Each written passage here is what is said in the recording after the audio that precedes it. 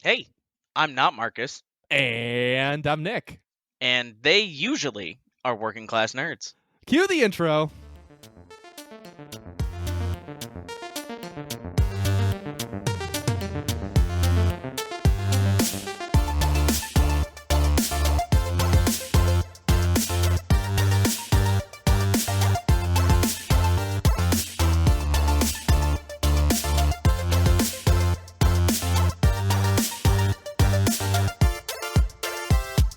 That's right, we're Working Class Nerds, the podcast that gives you no information about your favorite information. Today is Thursday, November 18th, 2021. You can find this 129 Marcus free podcast on Apple Podcasts, Buzzsprout, Google Podcasts, Stitcher, Spotify, and anywhere you can find podcasts in the entire galaxy. You can watch Marcus play video games Tuesdays, Wednesdays, and Saturdays at twitch.tv/MarcusB814. And you can watch me play video games every single Monday night at twitch.tv/NickVern51. You can also find the both of us on Twitter. Marcus is at MarcusB814, and I am at NickVern. That's NickVern. And this week's episode, we're talking with Joey Fetta. Mr. Frozen Cheddar himself is here, and he's brought all 12 of his degrees with him. That's right. It's another UConn alumni episode, and it's Marcus free. So strap yourselves in because we're talking about Metroid Dread with a side of sidebar and Marvel stuff and Spider-Man and maybe the Sinister Six, Sinister 5+1. So anyways, without further ado, Joey, welcome to the show. And what have you been up to? That was perfect. So thank you for having me. Not bad for one take, right? No, not bad for one take at all. That was pretty stellar. And you were like twice the manpower on that one because Marcus decided he wanted to go to bed at 8 o'clock on a Thursday. I know. Club is not going up on a Thursday for Marcus. No. Not Club Marcus B814. Nope. It's all good. Club's hey, everybody going gets down. tired, you know? Everybody has those days. And Everybody gets that way. Everybody makes mistakes. Yeah, I mean, it's about time I did a solo podcast or a Marcus free podcast. He's done a bunch without me. He's done it without you, man. So I mean, it's only fitting. Now It's we only can talk fair. about UConn Huskies all day, all the time. God. Just make only UConn references and everyone will hate the episode. UConn Huskies. Woof.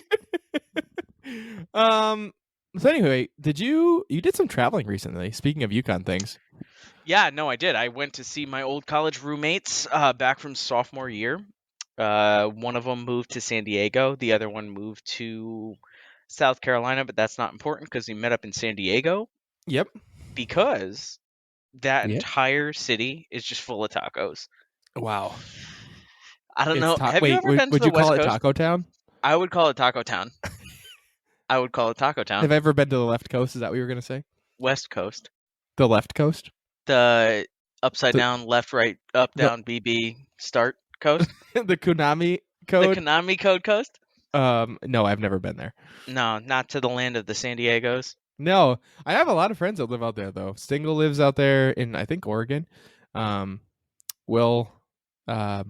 lives in, or at least last I chatted with him, he lives in California somewhere. Yarden now obviously lives in over there in San Diego. You know that's Spanish for whale's penis. Did you know that they're 15 minutes from Tijuana? And I had no idea, so I left my passport at home, and I could have been in Mexico. Yeah, what? You didn't want to dip over the border? That's like, dude, the best place to get syphilis. Okay, so now that you've mentioned syphilis, we're past the point of it being a PG-13 podcast. Oh, no way. This is never PG-13. No, never. We're drinking whiskey and just shooting the shit here. Let's go. That's sidebar podcast. So I go to this bar. Speaking of whiskey, it was actually a whiskey bar. Okay. So the whole entire thing was just all bourbon, scotch, whiskey, everything you could imagine, right? Yep. And I'm with a couple of individuals who really, really love fruity drinks. So it Yarden was not... And Ethan both love fruity drinks. Love fruity drinks. And this is why we found ourselves at a tiki bar later this evening. A tiki bar? Yeah, it was actually a speakeasy. So it's called the False Idol for anybody who lives on the West Coast in San Diego. Yeah. It don't remember how we got there, but we got there, and it was in the back of a different restaurant, and we had to go through a freezer door, and that's how we got into this tiki bar. Oh, that's fucking awesome. It was That's a real fantastic. speakeasy. It was a real speakeasy. And me being the guy who I am, for those of you who don't know already, I have an obsession with glassware. Yes. So your boy flew 4 cups from this speakeasy back to Connecticut, little old Connecticut. Yep. So my entire carry-on was like full of cups, and TSA stopped me. They were like, Why do you have so you much got some glass in here? sharps in here. One of them fucking broke, so they thought I had a knife. Oh, I was okay. upset. Yeah. But You're now like, I have well, 3 cups. it wasn't sharps before I got here, dicks. Yeah, until Yeah. you slammed it through the x-ray, it wasn't sharp. Right. But yes, I went to San Diego, and it was actually a great experience because it was 30 degrees when I left, and then Yeah. it was 75 degrees for the entirety of the time I stayed there, and then I Oh, came that's back nice. and went right to work, and it was not fun. No, going right to work after a vacation is just terrible. No, it's like I went from Bradley to clock in. It was... Oh no! Did you It like was- pack scrubs or something? Oh Or yeah, I your packed uniform? scrubs. I put scrubs right on the top of my carry-on, and I changed in the bathroom, Bradley International, and then I went to go be a nurse for a whole 8 hours, and That's just it terrible. was... And okay, so because we're already on this tangent, and it Yeah. doesn't even matter. Yeah, but it's all sidebars all the time here. Keep it going. Exactly. So we live East Coast, Yep. Eastern Standard Time, the best time zone. The correct we time know zone. this. The correct time zone. Yes. I traveled 3 hours into the past Oh right. because it's in a whole different time zone. So yeah, I traveled was for it like 8 a hours. 4-hour flight ish? Technically, yes. I traveled for about 8 hours, and it was about 4.5 hours by the time it was all said and done. Like I left Okay. at 7 a.m. and then I traveled the whole day, and then I ate lunch. That's weird. It was so strange. But I'm a fucking asshole, and I decide to go for just a weekend. And the weekend happened to be the one where we set the clocks back. The first weekend in November. Oh my god. So you want to talk about jet lag? No kidding. That was the time to do it. Yeah, because you were. Wait a minute. So you went back 3 hours, which was really. Then you gained a whole other hour. Mhm. So now your body's like 2 hours back, basically, or only 2 hours ahead. Then you fly back, and you're screwed up 2 Mhm. hours still. It's hard to really understand how time works, and this segues perfectly into what we're going to talk about later for Spider-Man No Way Home. Did you play any disc golf? Wait, what else did you do in San Diego besides eat tacos Dude, and find a speakeasy? I ate tacos and went to speakeasies. It was bad. That sounds fun though. It was a lot of fun. And do you know what I find out really cool about San Diego in particular, and I guess sort of urban areas? So because we're in a time where carbon emissions become like a real issue, Yeah. alternate modes of transportation, Like big crap thing. up. Yeah. Yeah. They have electric scooters on every corner of every street. Like for rent? Like for rent. So I took that's my cool. phone, I downloaded this app, and you scan the QR code, the scooter turns on, and you book it Well, that's fucking down awesome. the street on an electric scooter. And then you just ditch it at the next station. And you just, doesn't even matter. And then you take a picture and you do it, and it charges you, and you're good to go. Huh. Well, that's pretty But you know awesome. what I found out? How hard they are to Oddly enough, control? No, they're easy enough to control. You need a picture of your license in order to set up the app. Yep. And I was like, oh, that's interesting, because you can't ride them on the sidewalk. Oh. And because you can't ride them on the sidewalk if you're slightly inebriated and operating this motor vehicle, you can get tagged for a DUI on a scooter. Oh my Thank God, I told the cop I was lost, and he just blew by it. He was like, all right, go up the road 2 blocks and then take a left, this, that, and the other thing. Wait, a cop stopped you? I left the speakeasy Yeah. with my cups, and I was like, shit, I gotta put these back in the apartment. Yeah. So I put them in a tote bag, hooked it around my neck, and then Yeah. took off on this electric scooter Yep. in a city that I had no idea where I was, didn't know what time it was, didn't know which way was up, down, left, or right, trying to find my old roommate's apartment, Yep. and I get stopped by a police officer. And you're like, "Hey, officer, I'm super lost. I'm not from around here. Can you show me where to go?" Before he even like got to the why do you have Got a to bag anything. I was of like, glasses "Boop, around your boop." neck? Yeah, and the top speed on those things is 15 miles an hour. So I mean, Only honestly, 15? yeah, no, I was within taser range the whole time, so there was no escape. But that was my time in San Diego. Within taser range is not a Uh-huh. place you want to be. Yeah. So, oh, another thing that I think you might actually find interesting. Yep. So, we got taken to this natural park where it's right on the edge of a cliff. It's called Yep. Black's Beach, Okay. and they do paragliding there Okay. and hang gliding. So we went, and my old roommate Ethan, he's in the Navy. He's stationed on a submarine. So he obviously does not care about what happens to his body. So he signs up for that. He signs up to jump off a cliff with a parachute attached to him. Nice. Okay. It wasn't windy enough for our fat asses to go. They said you need winds of up to 13 miles an hour, and it was like a crisp, nice, beautiful day. No wind, no Zero nothing. wind. Yeah. Zero. They were like gusts of 4 miles an hour. Like Yeah. basically, you could fart faster than the wind was blowing. And, right. But they had falcons, and you could sign up to do falconry. What? Like just like have a falcon land on your arm? They give you a glove, and they're like, "Here, whoop." Wow, There it goes. that's cool. Yeah, Did you see Star Fox 2 or just Falco? just Falco. Oh, okay. Just Did Falco. he at least do a barrel roll? Slippy was on vacation. Oh, okay. Wait. Okay, so you have written down dissertation IRB submission. Why Yeah, do you that's have what I to was submit your doing before this. dissertation to the IRB?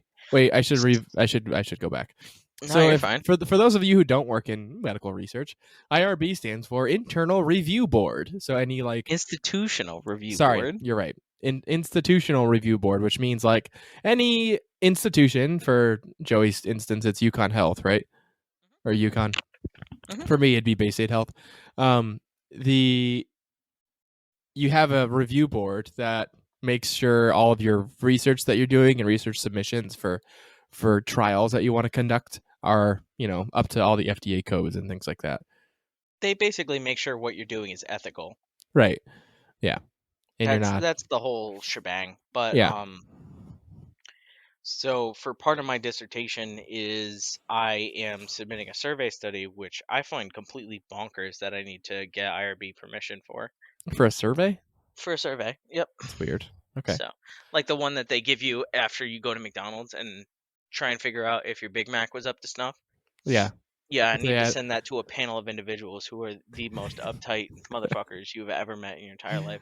IRB boards are that's like redundant. That's like saying GPS system, but IRBs are like always super wound up tight. I feel like at Bay State they're super strict too. They like literally comb through every single word.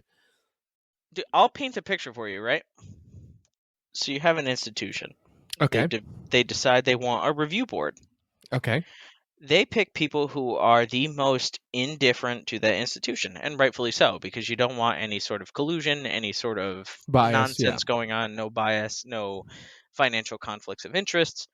Cool. Yeah. The people that fit in the category of completely separate from any of that are just sticks in the mud.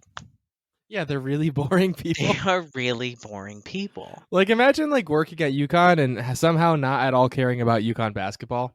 Exactly. Or like not caring about the school itself at all, like having no ties. Jonathan the Husky signs your checks, and you cannot be any sort of emotionally invested in that institution. Right. Basically, you got to be a Syracuse alumni to work at the UConn IRB. Nope, because then you're totally against it. So you got to be this whole central neutral. Yeah. And it's just, oh, goodness. They're very boring. Why did I put this in the fucking show notes? This is Who cares, the dumbest dude? thing. What do you mean? It's work stuff. What's your dissertation on? So I am studying traumatic brain injury, Okay. specifically in secondary schools. So that's middle and high school. Um, any sort of student athlete who sustains a concussion. My specific focus is the return to learn after that concussion. So Okay. what that means is each of the 50 states has formal legislation that denotes the process to return to athletics. Yeah. Makes So you're sense. not trying to like make a concussed kid try to learn things when they can barely talk. Well, that's the thing. Only 8 out of 50 states actually have legislation that sets forth a process of returning to learn. Interesting. Yeah, Which so 50. is our Mass in Connecticut one or no? Massachusetts is one. I was gonna say I'm pretty sure I remember like that getting enacted my freshman year of high school or something. We It had to was take these like around 2014, actually. So you probably had graduated at I that did. time. Yeah, I did.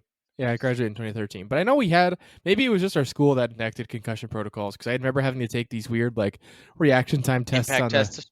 Hmm. yeah on the computer and like I tried to do it as fast as I could. They were like, "No, you have to use one finger," and I was like, "Fuck you! I'm gonna to press the space bar as fast as you can." I'm like, "Okay, Hmm. one." It's like, "Hell no! I'm gonna use two fingers like I'm shooting a paintball gun," and it was like, "Fail! It's too fast. Way It's too like fast. faster than is humanly possible. You fail. Redo it." I'm like, Usain "Oh." Bolt of fingers. And then my friend's like, "Dude, you got to do it slower than you actually can. So when you get a concussion and you're fucked up, you can come back and play." I'm like, "Oh yeah, you're right. And that's where I come in.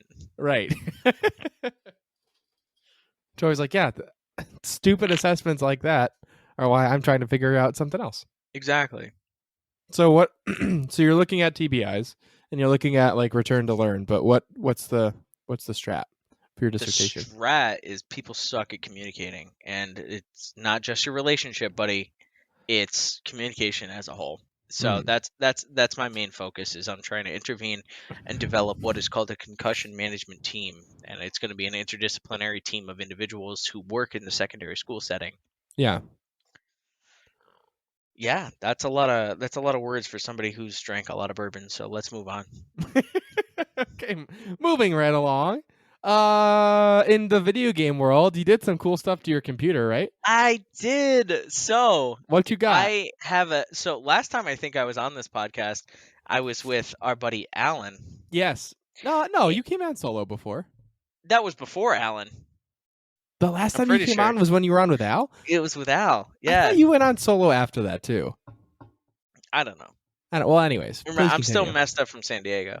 That's quite all right. Anyway, last time I spoke to you and what would have been your cousin Marcus, Yep.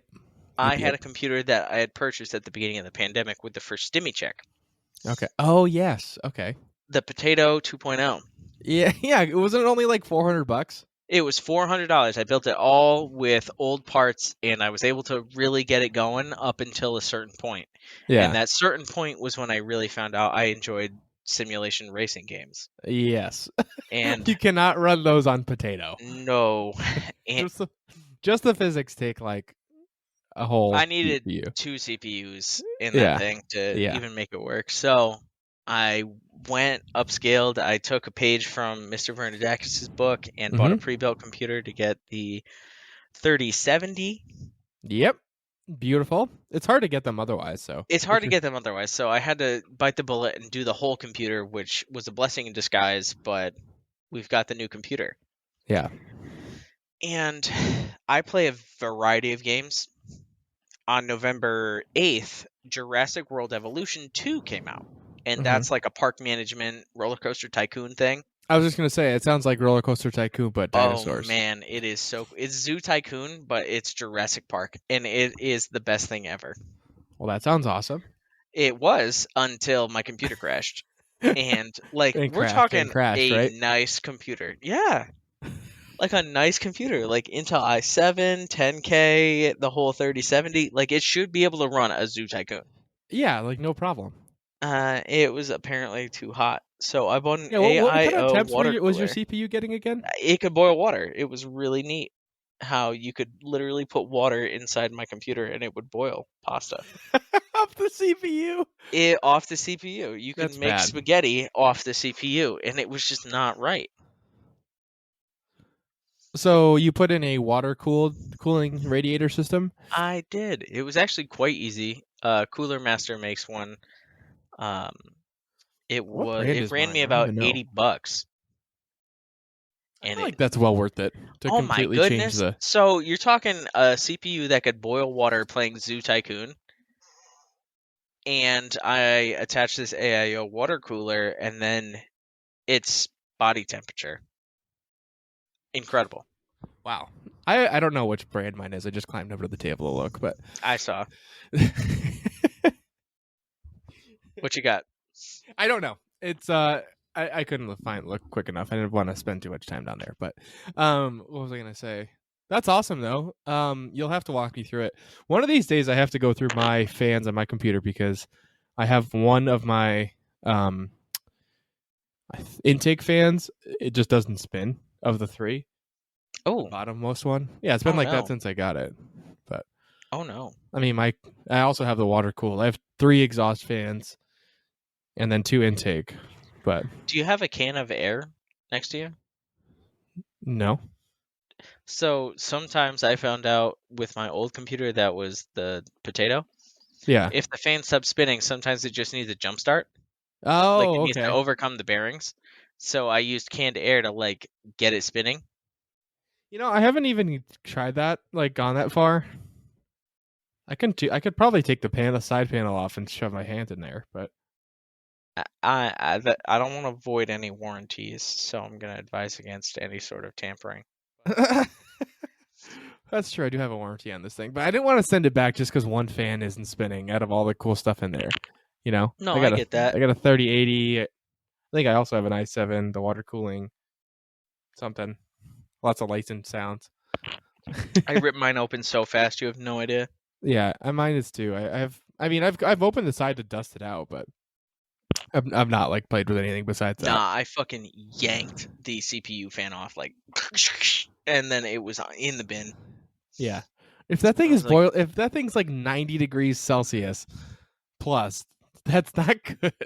it would shut off my computer, and I was like, oh my goodness, That's terrible. it is ridiculous. Yeah. So what have you been playing for games? Jurassic World Evolution 2 now, so Yes. that's beautiful. Now that my computer runs it. Um, Metroid Dread, which we are going to spend a considerable amount of time talking about, I believe. Yes, indeed. That was how I survived the I don't know how many hours of travel to San Diego. Oh, you're just playing Dread on the plane and stuff. Oh my goodness, yes. Oh, and It in was the the best airport thing. waiting, that's such a good idea. I didn't even It think was of that. fantastic. Right. That's what I did during all my layovers. So I stopped in Denver Yeah. and played Metroid Dread and ate a hot dog. And No edibles. no, they didn't have any in the airport. As much as I wanted to go to the duty free and grab a joint, I couldn't. Wait. They have a dispensary in the duty free section? I wish they did. I looked. I That would looked. be I looked. I sick. looked. I mean, No, they have all they all the had was booze you can imagine, but yeah. I could get a handle of Jack Daniels, but I couldn't get even one sniff of weed. yeah, that's all right. Not like I smoke it, but like it would have been a cool idea Yeah, just feel because like, oh, I'm in you're Denver. in Denver. Right. You look outside and you see mountains. Like you should be able to, smoke a little something. Right. Agreed. I just realized JWE stands for Jurassic World Evolution. So, did you Those. get a chance to play Halo Infinite? Oh man, did I? So I lost my absolute mind this past Monday, and because it was the 20th anniversary of Xbox, the 20th anniversary of Halo Combat Evolved, Yep. they, and they being Microsoft, dropped quite a bit of knowledge on the public. What they knowledge? Knowledge. I thought they just dropped Halo Infinite. They dropped Halo Infinite Beta, but also, do you know what's in the works? What? A full Halo television series. Oh yes, I forgot. I just saw the teaser for that literally today, and I meant to add it to the show notes, and then I got distracted by Coronas. This is why By a I'm Corona. here. Yeah, Dude, live action live-action Master Halo. Chief nonsense. Master Chief looks good too. Obviously, he's the chief. Wait a minute. Do you have molecules on your bourbon glass? I do. Is it ethanol? So it is all of the different chemicals you can find in whiskey. Huh. Well, that's cool. Yeah, we I have used to have beer glasses like that, I think. dodecalactone. You did have beer glasses like that in college. That's what I remember. Yeah. My sister got them for me, if I remember correctly. For your birthday, Or Christmas or both or some sort something. of gift-giving A occasion. celebration. She's like, what do I know about my brother? He's in He college for drinks. something nerdy, and he drinks a lot. This is back when she's like 15. She's like, Exactly. oh no, what does he do? Yeah, good times. Actually, I saw. So I opened Facebook and exit. Quick sidebar. I opened up a. This whole thing's been a sidebar. Yeah, that's true. It's all good. We're in no rush. I mean, we just recorded a 4-hour episode. We officially Honestly, can't if get any I longer could than that. compete with Randy, that would be a crowning achievement in my Dude, life. we're not recording for 4 fucking hours again. That Unless was an it's- impressive feat. Unless we just upload the audio of us playing Legion. That would be fun. That would be a 9-hour podcast. That's and true. You And would we still lose wouldn't your finish the game? entire working class nerds fan base. The entire thing. It would be like, I'm gonna do this. Nope, the rules say you can't. I know. What? Nope, the rules say you can't. Damn it. You How know about now? what? Can I Let's do do this? it. Yeah. Let's do it anyway. We'll make their own rules. Speaking of Legion, I'm gonna cut off your sidebar with my sidebar. Okay, go ahead. I have so I many said it in the minis I intro. need to paint. So I get have to so painting. many minis. Nope. Mm-mm. I need a better airbrush. No. I refuse until I get a better airbrush. What do you airbrush the primer on? Mhm. Oh, okay. I'm thinking, what the heck are you airbrushing? I forgot.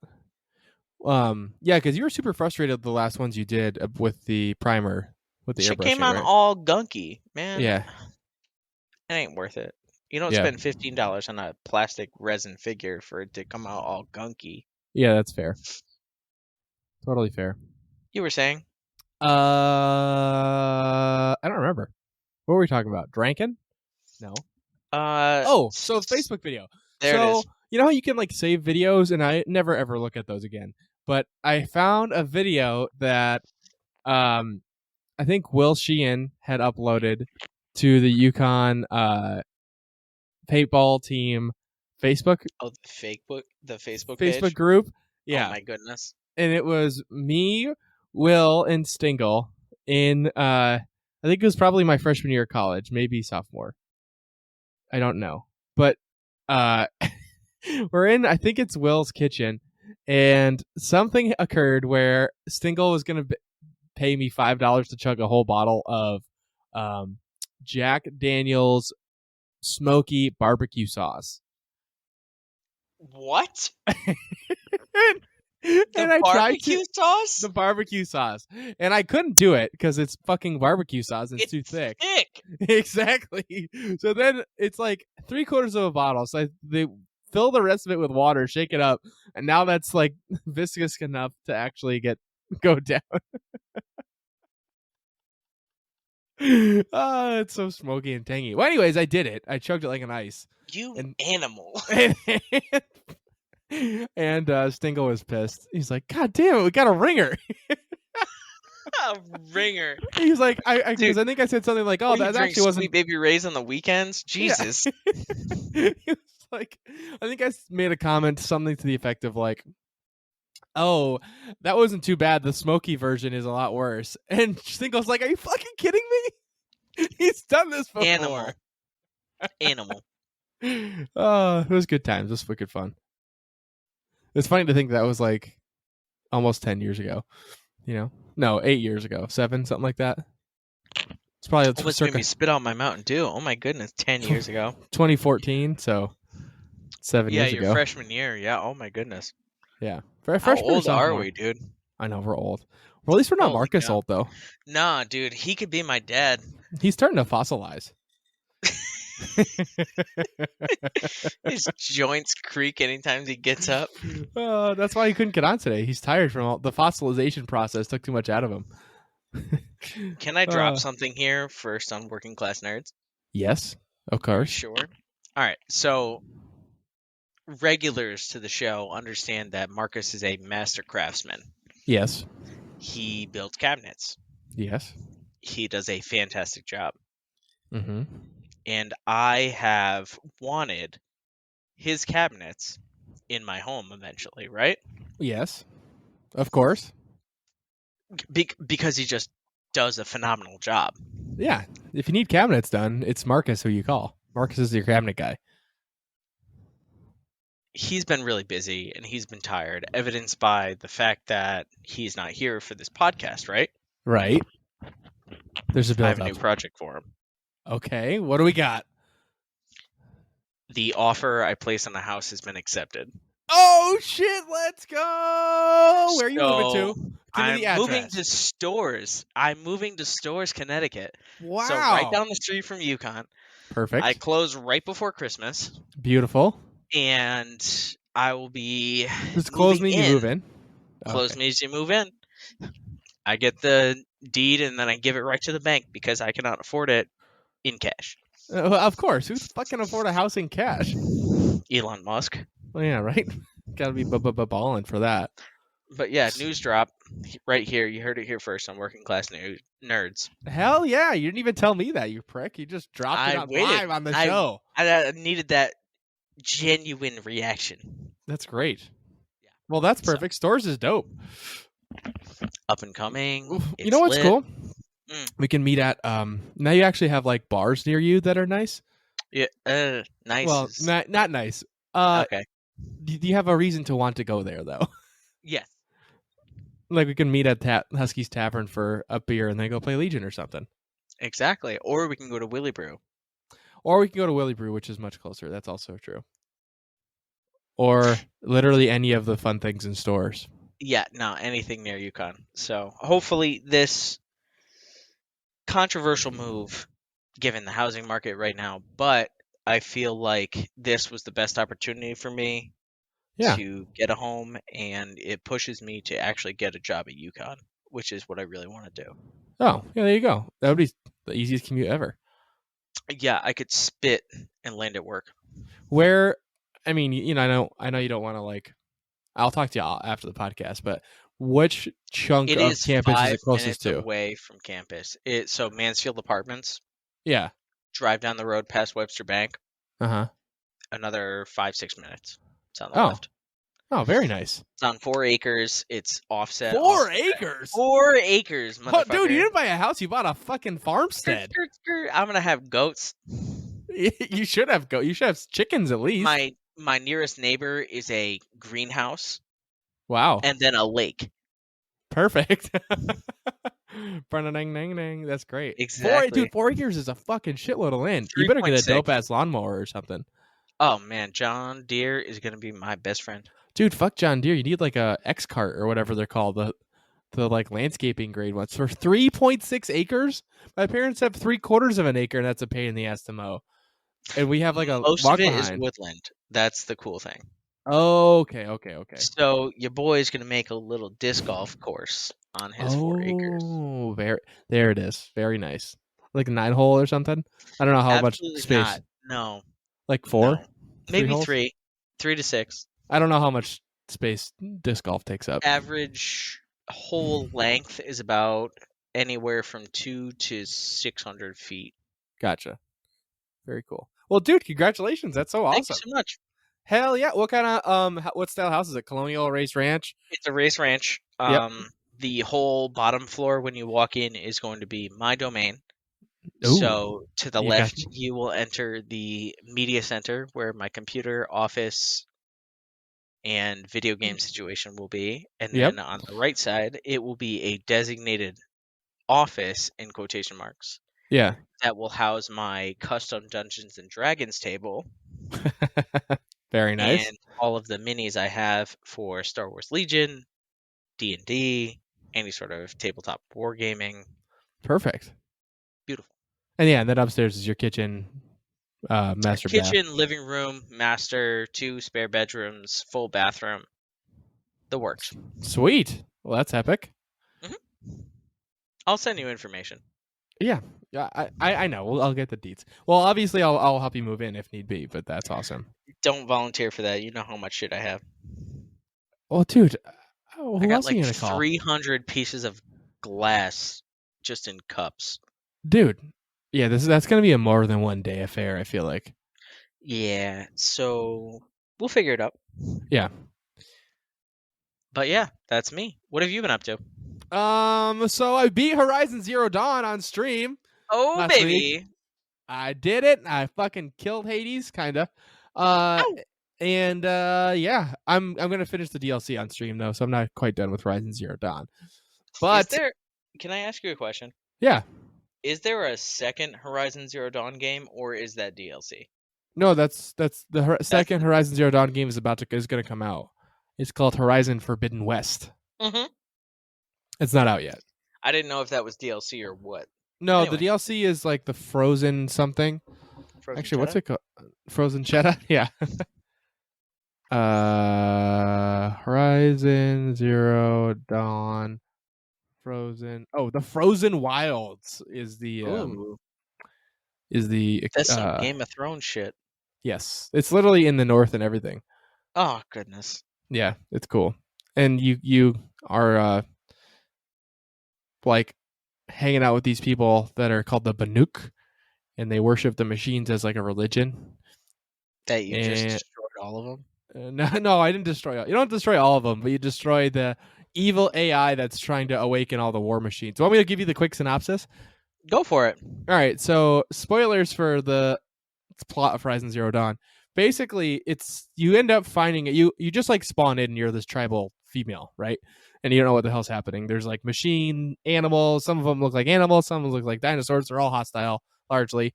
And then there's like other tribes that have their own cultures and stuff. You come from like this like isolationist tribe called the Nora. They're like sort of they're just everybody's native, so it's like bows and arrows and things, and just barely some places have like guns. But so anyways, you go along, you end up realizing through the whole plot of the game that this is set 1,000 years in the future from now, and an apocalypse happened when humanity created these AI controlled like war robots that could self-replicate and fed on biomass. So like literally humans and plants and stuff, they would just eat for fuel. And originally the thought was like, oh, they can self-replicate on the battlefield so that like it's like unlimited soldiers. But then and it's controlled by humans, and then there is of course a glitch in the matrix, and they started to go rogue and see humans as the problem. So they exterminated all life on Earth. So as that was happening, the scientists, Elizabeth Sobek, who like is a super crazy AI scientist that helped make the robots in the first place, is like, hey, I've got an idea to how to like rebuild this. So she created this other AI system called that's Project Zero Dawn. That's the name of the game. With like different subsystems. So Gaia is the main AI that's basically like a human that can control this, and its job was to rebuild Earth and like terraform Earth after all the life was gone. So it was like terraforming was one subset. I forget. They're all named after Greek gods and like Roman gods. One of them was about like giving humans, like introducing humans back into the world. And that the shtick with the humans is they took the DNA of all the current humans left and like basically made clones of them that were embryos. So like your main player character is actually a clone of that scientist, Elizabeth Sobek. Whoa. But you find that at the end of the game, basically. Oh. There's like an identity crisis thing throughout the game. Like, who's my mom? I don't have a mom. I was just like found in the wild, like when I was like 5. But so, you are your mom? But yeah, and then she sees this Elizabeth Sobek figure, and she thinks that like because she has red hair too, and she's smart, and she looks like you, and blah blah blah. Obviously, she's like 40, and you're 19 in the game, and so 19? she's like, yeah, right. I thought she was like 25, but yeah, right. I mean, it's arbitrary, but still, yeah. Imagine being just barely like a legal. badass Holy character, cow. 19. And yeah, so Aloy is your character's name, and she ends up realizing, oh, I am Elizabeth Sobek. Then it's like she's sad at first because she didn't have a mom, but then she realizes, I know this is like really empowering. This is like the person that saved the whole world, and so obviously the plan didn't go 100% as it should. They had a re-education system in place too that got fucked up to be like, hey, like you're a human, but like also here's all this modern knowledge we have. So that's why they're all tribal, because the modern knowledge didn't go right. Mm-hmm. And then there was also one of these programs called Hades that Gaia can enact if she fucked up. So like if you're screw up terraforming the planet, you don't want to release all the humans and animals onto it if there's like no oxygen. Oh, You know what I mean? That would be sour. Right. So it's like defeats the purpose, right? So Hades is the like reset button and it's an extinction protocol. So of course that went haywire, right? And so it's Gaia. He tried to take over Gaia, it killed it. They kind of killed each other, but Hades was still around a little bit, and that's causing some stuff in the plot. Like one of the factions ends up like thinking Hades is a god and like helping them like resurrect these war machines. And you got to fight them and stop them, and it's a civil war between this other faction. It's really cool. It's an awesome game, man. Damn. Could if I not didn't watch you play it, I would buy it. Yeah. See, that's how I feel. Like if I watch somebody play the whole game, I wouldn't like. I don't really want to play it after. I feel like I already did. You know? Yeah. That's what I did with Halo 5 Guardians. Yeah, you watch somebody else play. I watched somebody play it, so it's like, all right, I can save $60. Right. Yeah. Like I started watching the campaign for Vanguard, Call of Duty. Oh my god, excuse me, Call of Duty Vanguard, and I'm like, this completely ruins it. You know, like I want to just sit down and enjoy the campaign for myself. That's the whole fun, is not knowing what the hell happens next. But if you watch somebody else, then it's like, oh, that soldier jumping around the corner, it like doesn't surprise you, so the whole thing is ruined. You know? No, that'd be like watching Call of Duty Modern Warfare 2, and like when you get shot, it's just not a surprise. Right? Yeah, that sucks. Oh my god, remember that? Yeah. The first time you played that, I was like, no. I think you get stabbed. No, you get shot. You get shot. Yeah, when right after the Russian mission. Yep. Yes. And he's like, and he figures out you're the spy, and you're like, oh shit. Shit. Yeah. I just murdered a whole bunch of civilians, and now I'm going to hell. And now they think the Americans did it. Whoops. Yep. Whoops. Remember, the whole Russian. time. Yeah. So, anywho, speaking of Call of Duty Vanguard is out now, and I haven't bought it yet, but I'm about to. I think it came out last week. And fun fact, I get paid every 2 weeks, so I got paid today, and I'm gonna buy it. I would actually have it downloading now, but I think it would screw up the Zencaster, so I don't want to do that. Also, Battlefield 2042 comes out tomorrow, so you know what I'm doing tomorrow? I'm working from home. Playing more Halo Infinite? Yeah. I got Halo. No. I gotta do stuff at work. You got 3 FPS games that have come out in the same week. We got Halo Infinite, we got Call of Duty Vanguard, and we got Battlefield 2042. If your employer has any COVID time left, man, you got a sore throat. Yeah, no kidding. So fast. I think I'm gonna have a migraine tomorrow. I think I can't smell or taste anything tomorrow.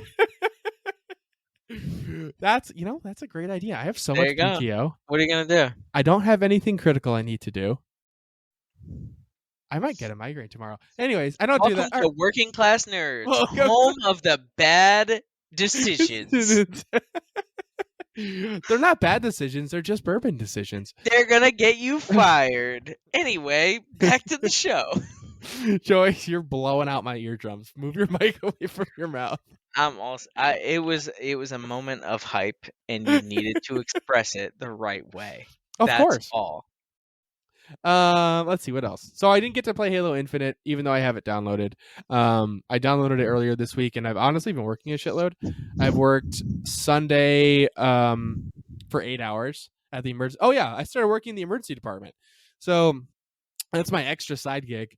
Yeah, so I role found out reversal here. I work 40 hours at the clinical trials office doing research stuff at Bay State.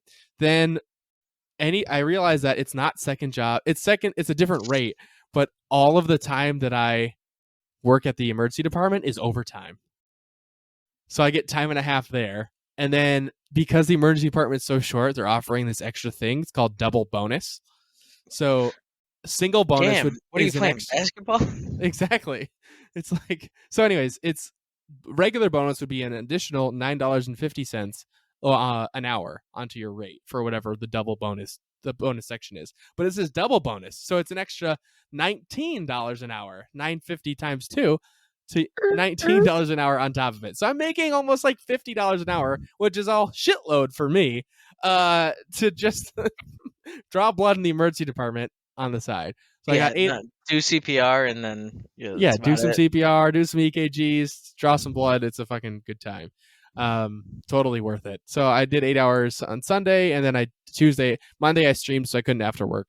And then Tuesday I did 4 hours, 7 p to 11 p. And I was gonna yesterday, but honestly I was so tired. I ended up not finishing work stuff until like 6 anyways. So I did Jeez. not pick up. But it's nice. The I can just human pick up body has whenever. its limits.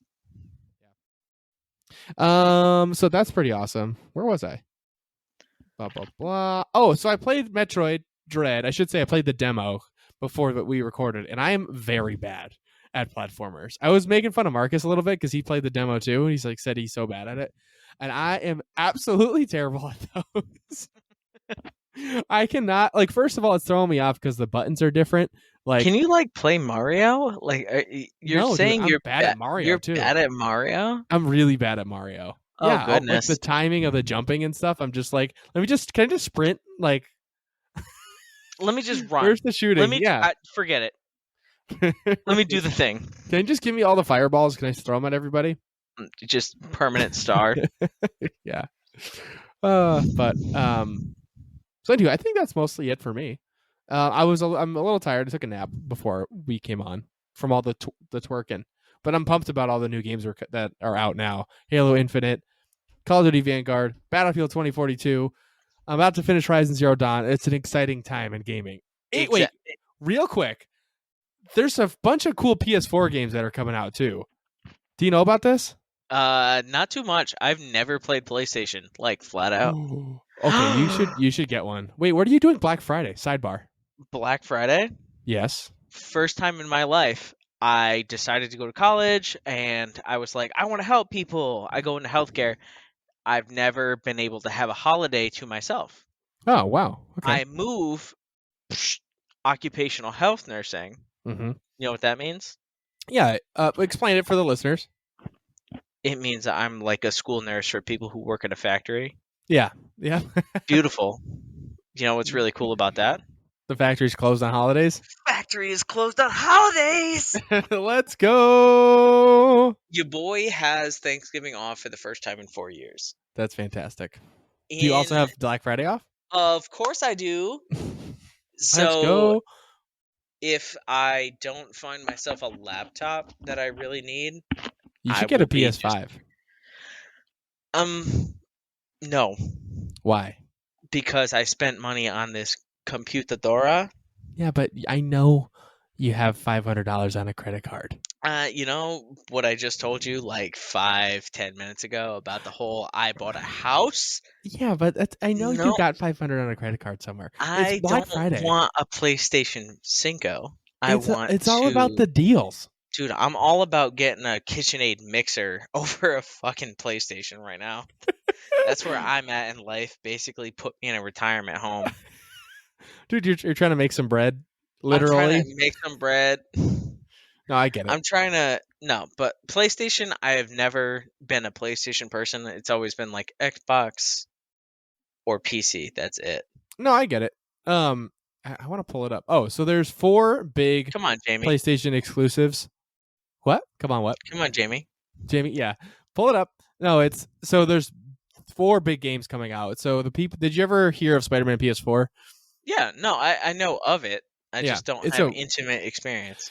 It's an awesome game, but I played through the whole thing. I really got to play the Miles Morales like side game essentially because that's awesome. I like that character a lot. But so there's the sequel, Spider-Man 2.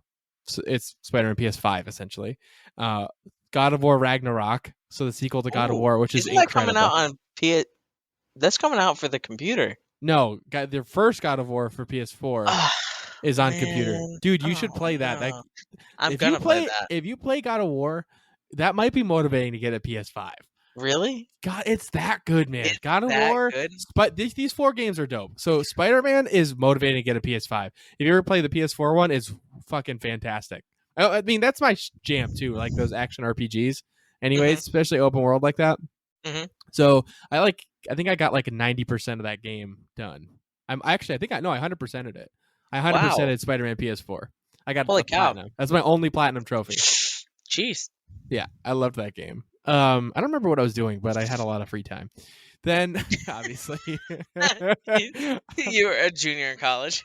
No, I was single. So, but the Okay, so we're talking freshman, sophomore in college no, situation. after this was recently. Oh my I was goodness. still working in the ED. Maybe not. I don't even know. But I was living. Spider-Man PS4. Let's look this up. It was Continue. awesome. So Spider-Man PS for the Spider-Man 2, you've got God of War Ragnarok, you've got Horizon Forbidden West, which is the sequel to Horizon Zero Dawn, and the same studio that made the Spider-Man game are making a Wolverine game in the same style. What? Yeah. Oh, like open Oh world action no. RPG with Wolverine, which is fucking dope. Do you know that was one of the last movies I actually cried in the theater for? Logan? Logan. Dude, I saw that in the saddest circumstances possible. Elaborate? So I decided I was a little not down in the dumps, but you were just like in your feels, not having a great mental health Yeah. week. It's called depressed. Yeah, so I was a little depresso, and I went to the theater solo. I was like, you know what? I'm just gonna get out of the house. It was like the winter time or whatever. It was like towards the end of the theatrical run of Logan. So I go to the like Enfield theaters near me, and I consume some cannabis products. Yeah. And go in This to is watch gonna be a Logan. nightmare, dude. And the theater is completely empty. I am literally What? the only person in there for the whole movie. It's like completely by myself, which is really creepy on its own. And then there's like, of course, horror movies playing for the fucking trailers. Ugh. So I'm You alone in a dark room? alone in a No dark thanks. room. High Horror to movie shit. yeah, very paranoid and like freaked out and anxious, and then Oh goodness. I'm the horror movie. So I actually literally left and got up to go to the bathroom during the previews. I was like, "Fuck it, if I miss the beginning of the movie, it's fine. This is terrible."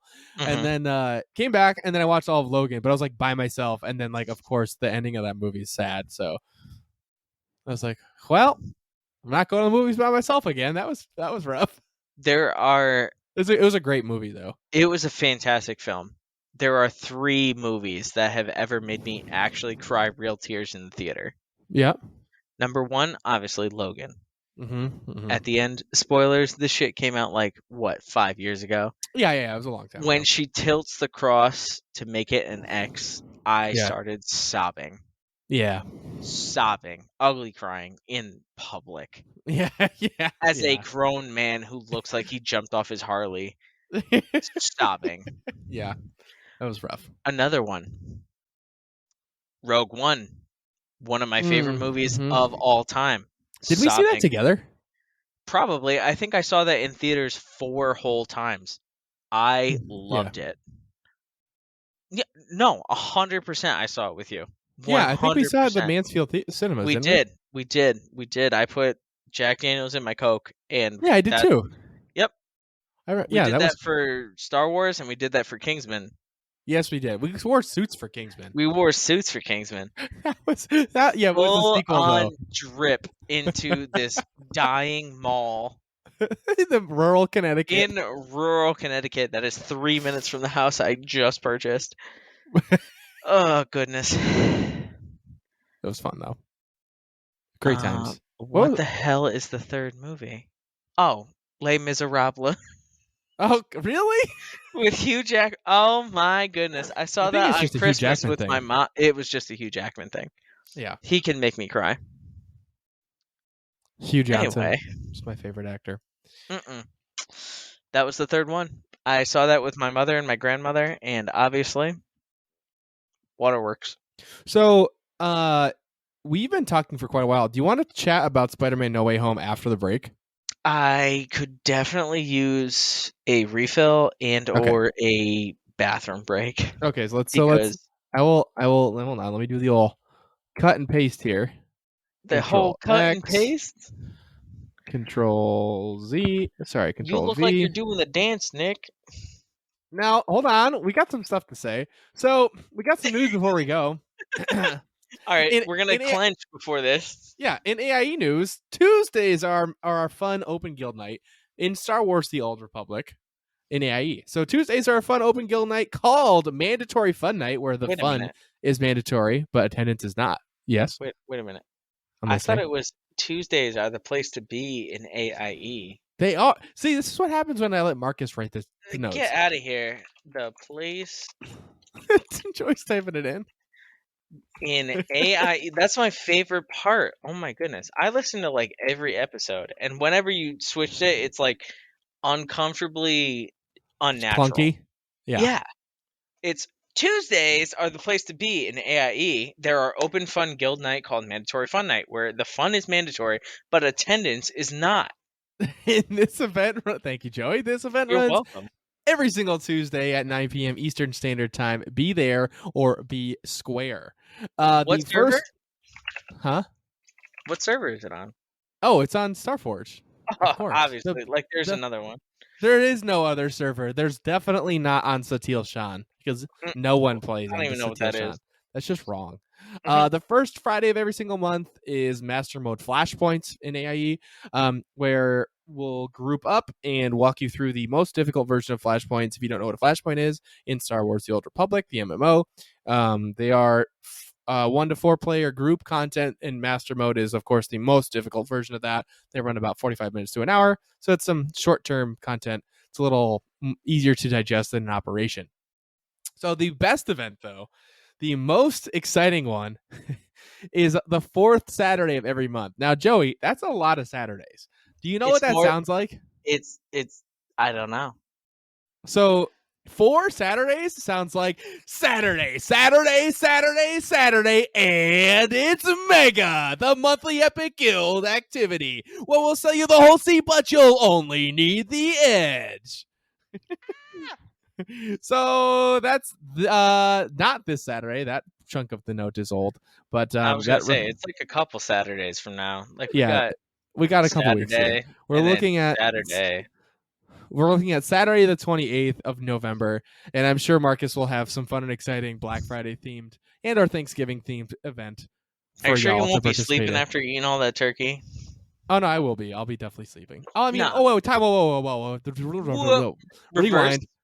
I'm definitely going shopping for Black Friday. I don't know what I'm getting. Where are we going? Target or Best Buy for shizzle. Can you get me a Microsoft Surface Pro? No, but you can come get involved. I'm already gonna be involved. So come shopping, hang out with Marcus and I. Where are you guys shopping? I don't know. Probably. You know I live like further away from you individuals. So? Good point. Good point. You have a car. Yep. And I have a car, and I'm getting new tires on Tuesday. Continue. Perfect. So if all this sounds fun to you, go to aie-guild.org. Get our Discord information in the top right-hand corner of the website and ask for a guild invite. Whether or not you play Star Wars: The Old Republic or any of the other games that we play, we would love to have you. So without further ado, I know Joey has to pee, and so do I. So we'll be right back. Jeez, Nick, hurry up. We're trying to finish this podcast. And we're back. So today we're talking about a couple things. The new Spider-Man No Way Home trailer.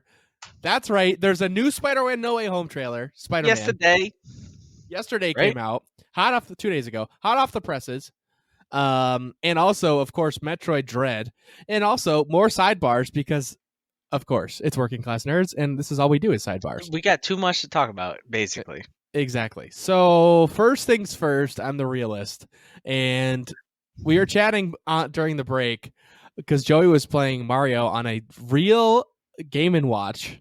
Yeah, the 35th anniversary. Yeah, 35th anniversary little Game & Watch, which is awesome. Yeah, they came out with it. I got it as a gift to me, but then they fucking came out with a Legend of Zelda one, so now I gotta buy 2 of them. Of course. And I was looking up and then like, man, I bet you I would like Mario. And then I'm saying, wait a minute, I should just get like a Game Boy. Like, how much could they possibly be? And apparently pretty damn expensive for something that should be like $40. They're like $150. Yeah. Which is annoying. And then I was looking up, you know what? I used to have a Game Boy Advanced SP. I had a Game Boy Color. I'm sorry, I had an original Game Boy, like the gray black brick. And white. Oh, yeah. God. And that's what I played Pokemon Yellow on. Uh-huh. And then I had, that was a hand-me-down. And then that I got like for Christmas. And then I had a Game Boy Color, which was the silver edition with like Pikachu on it. Like the red light that would light up would be Pikachu's cheek. It was cool. Ooh. Yeah, and I got that with Pokemon Silver. And then later I got a Game Boy Advanced SP, a silver one that had like the crappy backlight. And then later I won a video game contest, and I won a special edition pearl colored Game Boy Advance SP with the additional blacklight, the extra bright. Can we elaborate on the video game competition, please? Yes, absolutely. So I've told this on the pod before, but that's okay. So many moons ago, I told this story. So this is a big old sidebar. So way back when or I should say we still go, but my dad works for a food company, Big Y, and there's a lobbying group called the MFA, the Mass Food Association. Joey's shaking his head like I think I've heard this before. So they are a lobbying group with like all different food companies to lobby for like food legislation and food safety things and stuff that's good for their industry. So I'm talking like Coca-Cola, Pepsi, Polar Seltzer. So anyways, as I was saying before Joey's internet cut out, the MFA food lobbying group. Yeah. Anyways, there's a whole bunch of companies. They send people, like executives usually, or people in the company, to this. Basically, it's a weekend-long party celebrating their lobbying efforts for the year, and they rent out the Mount Washington Resort Hotel for Memorial Day weekend, and it's awesome. So there's obviously a bunch of adult activities, but there's also a bunch of activities for kids too. And like babysitting in the evening for the kids of like, all these families that are there. And it's very family oriented during the day. And then they have adult shenanigans at night. So as a part of the family oriented activities, they have a kids video game contest, a teen video game, preteen and no, at the time of this story, they had kids video game contest, which was like, I don't know, like Legos or something silly, or like Wii. And then there is a teen video game contest, and then I think that was it. There was not an adult one. It was a kid sort of oriented thing. So I'm 12 years old, and you had to be 13 to enter the teen video game contest, and the game is Need for Speed Most Wanted for the PS2. No, the first one. Oh PS2. My goodness. Yeah. I played that shit on that GameCube, dude. Or maybe it was Most Wanted 2. Let me look that up. Jamie, Need for Speed Most Wanted 2? Need for Speed Most Wanted? $5. I got $6.24. Is this right? 2012. No, that's too. Yeah. No, 2005. Nope. No. That's a remake. Need for Speed Most Wanted. The remake? Need for Speed Most Wanted PS2. Oh. Gameplay is for. Yeah, no, that one was initial release date November 11th, 2005. So this must be 2006. So I'm 9. Or 2007. I'm well, anyways, we were playing it when I was 12, so I must have been 2007 because I had turned 12. But anywho, I am really good at this game. I should say, like, I beat the whole game already. And if you've never played that game, it's a racing game, obviously with like street cars. But when you're playing for the first time, it's really difficult to control the really fast, like Lamborghini sort of like crazy performance cars, because they're so sensitive. So like if you're just picking up this racing game for the first time, that is not the car you want to grab. So of course, well, let me back up a little bit. 12-year-old Nick goes up to the dude running the game. I was like, hey, I want to enter the contest. He's like, oh, are you 13? I'm like, yep, I sure am. And he's like, okay, fine. And because I'm like a big kid anyways. Like I could offensive lineman, portly, pale Nick. I think I was probably wearing you took down a whole T-bone steak before you entered this contest. I sure did. I literally could do that back in the day. So I could pass for 13. So anyways, I enter the contest. This game is not like new player friendly if you've never played it, especially if you're just going through like the versus mode. And like picking the fastest car, because of course you're going to pick the fastest car. So I'm playing a bunch of people who've never played this before, and most of them suck. And it's the format is it's a tournament. It's 1v1 races. That's like 2 or 3 laps. They're quick, and just head to head. And I pick like a Lamborghini or something, and then just like don't crash and win. Go to the finals. So in the finals, I actually have to try now. So again, we both picked the same Lamborghini. It's like a Aventador or something. Okay, I think it was Gallardo It back was then. definitely not an Aventador. That came out in 2014. The car, Yeah, Gallardo. I think I'm looking it up. It was. I 100%. I Yeah. promise. It was promise. Lamborghini Gallardo, like 2000, Like a 2012. 2005. Yeah, this is it. 2012. 2005 Lamborghini Gallardo is the car I picked. Yeah. That was the dopest car. That was my favorite one anyway. You could do like a couple others, Ferrari and stuff too, but I like the Lambo. So I picked that. The other guy does too. And he's like 17. And I shouldn't be there. I'm 12, okay? And like, but I still pass at 99 restaurants for a kids eat free. Yeah, but like I'm a big ass kid, obviously, you know. So I end up, it's a much closer race because he obviously had played the game before, but I had to, and I win. So I win the whole thing. I'm not even supposed to be in the tournament. I'm supposed to be too young, and my prize is a pearl colored special edition at the time, anyways, Game Boy Advanced SP, and the special edition made it have. A normal SP had a backlight, but this had the extra bright backlight. So it had the normal backlight setting, and then you click the button again, and it got extra bright, and it was dope. Cool. Yeah, it was awesome. Pearl blue? Yep. It was pearl blue. Oh my god, that's gorgeous. Yeah, it was awesome. And I was like, let's fucking go. So then, like, little 12-year-old Nick. So this is how old we were, right? Hang on. This is Pause. Yeah. Pause, 12-year-old Nick. This shit is going for $340 online. I know. Yeah. Oh my goodness. What was the original MSRP while I'm chatting? I had to be like $60, $70. Oh yeah, my god. It cannot be that expensive. $339.99 on Amazon.com right now. Yep. So a regular Game Boy SP is going for $250. Just right. put that into perspective. Yeah, it's $100 and something more.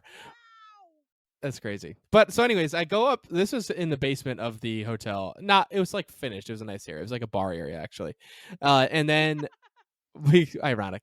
And then I go upstairs to where my parents are, and I'm like, I won this. They're like, what do you mean? Oh, that's so cool. What happened? I won the video game contest. They're like, wait, what? I'm like, yeah, I snuck into the teen video game contest and I won. They were freaking out. At first, my mom was like, "What did you do?" She thought I got in trouble, and then once they realized, my dad was like so proud. He was like, "Let's go!" And he's telling, they're drinking as adults, so they're telling everybody at the dinner table and cocktail hour, "My son won. He's fucking 12. Let's go." But no, that's my crowning like video game accomplishment for sure. I have nothing to even fucking shake a stick at that. Yeah. Oh my goodness. Then a few years later, they had a one of the video game contests was Guitar Hero, because it was like humongous. I'm good at Guitar Hero. Yeah. The problem was I made it to the finals for that too. I ended up coming in second, but the kid that won could actually play Through the Fire and Flames on Expert, and I could play every song but that. Like I couldn't get past the intro, and I was just screwed. The tapping screwed me. So like. Obviously he won, but he was like, we were I got to the final. I was like, hey man, like this is great. We were both clearly the best ones there. And then he was like, what song do you want to play? I'm like, oh, I don't really care. Like, let's do Through the Fire and Flames. I'm like, well, not that one. Not that one. He's like, come on, and everyone's like, do it. I'm like, okay, well, I can't fucking. And play you're like this, so trying to play win. Barracuda on Expert. No, I can play Barracuda. I could, you know how like the list got harder and harder as you went through. Yeah, I could play every song. Dude, you're could play about the list. to make me whip out my Guitar Hero. Oh my goodness. Yeah, right. Well, did you play actual guitar though? Yeah, there's one right there, right behind you. Yeah. Yeah. Here, let me grab it. Actual guitar. The only reason I actually play guitar is because of Guitar Hero 3. Fun fact. Really? Yeah. So I grabbed Guitar Hero 3. I said, wow, this is a lot of fun and challenging. Yeah. So I picked up a guitar, and this was right around the time I went to college. And Yeah. I was like, wow, this is stimulating. Sure. Uh-oh. Are you playing this a song on the show? Nah, dude, it's out of tune. Oh. Okay. So we're going to put that on the ground. Well, Anywho, don't tangle yourself in your headset. I am. Okay. Returning from the sidebar. Yeah, that was fun. I did not play through the Fire and Flames all the way. Do you still have that Game Boy? I do, but unfortunately I broke it in the I dropped it and the hinge is cracked. So like it's still, I think last I tried to use it, it still works, but you have to be really careful. It's not worth $350. No, it's probably worth like $50 or something. But yeah, it was like taped together last I had it. But you got to keep that shit going anyway. Yeah, for sure. So anyways, in Marvel news, instead of SOTOR news, because I don't have SOTOR updates, in Marvel news, the new Spider-Man No Way Home trailer has dropped a couple days ago. If you have spoilers for Spider-Man No Way Home, it's not, I don't know anything obviously, but I'm speculating a lot. All right. I have watched all of the new Rockstar's analysis videos. So has Joey. Experts. Here we go. We're diving in deep. Right off the bat, obviously, let's just give you, in case you've been living under a rock, I'll give you a brief synopsis of the trailer, right? So, essentially what's happening in this movie, spoilers for the Spider-Man movies in the Marvel, in the MCU.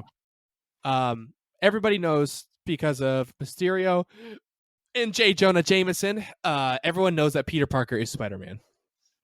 That happens right at the end of Spider-Man Far From Home. Then that was the end credit scene, correct? Yes. Right. I think so. That's when he outs him. I think so. Have you seen the second Venom movie, Venom Let There Be Carnage? You did I have not. So that movie is largely terrible, but the end credit scene alludes to this movie. So at the end credit scene, you've got Eddie Brock and Venom chilling in a hotel room, just chatting about things. And Venom is saying like, hey, by the way, like I'm a symbiote and there's millions of us aliens in the galaxy and we share a hive mind. Like I have all kinds of knowledge for like thousands of years across the whole galaxy. He's like, what? It's like, yeah, like if you knew like a tiny, tiny bit of this, it would blow your mind. He's like, no way. He's like, let me show you just a tiny bit. And as he's about to show him, the whole hotel room flashes orange and completely changes. It's like a hotel in New York and changes to like a tropical hotel room in like Hawaii. Oh, I did see that. Yeah. And then he's like, whoa, was that you? And he's like, no, I didn't even show you yet. I didn't do it. And then on TV flashes the J. Jonah Jameson newsreel of Peter Parker being Spider-Man. And you see Venom go, oh, like because he's doing the little over-the-shoulder thing. Yep. Like he recognizes him and he goes up to the screen and he licks the screen. And then that's how the show ends. So it's like Venom recognizing Peter Parker as Spider-Man. And also that orange flash is obviously the spell that Doctor Strange casts. So in the trailer, the first trailer, well, this trailer too. The teaser, if you will. Yeah, so you threw me off. You put me out in left field the other day when you were like, hey, did you see the trailer? And I had not at that point. Wait, you hadn't seen either trailer? No, so you sent me the teaser yesterday, and you were like, hey, watch this. Wait a minute, I sent you the real one. You sent me both, and I was like, I had no idea there was a teaser. Oh, okay. It changed my life.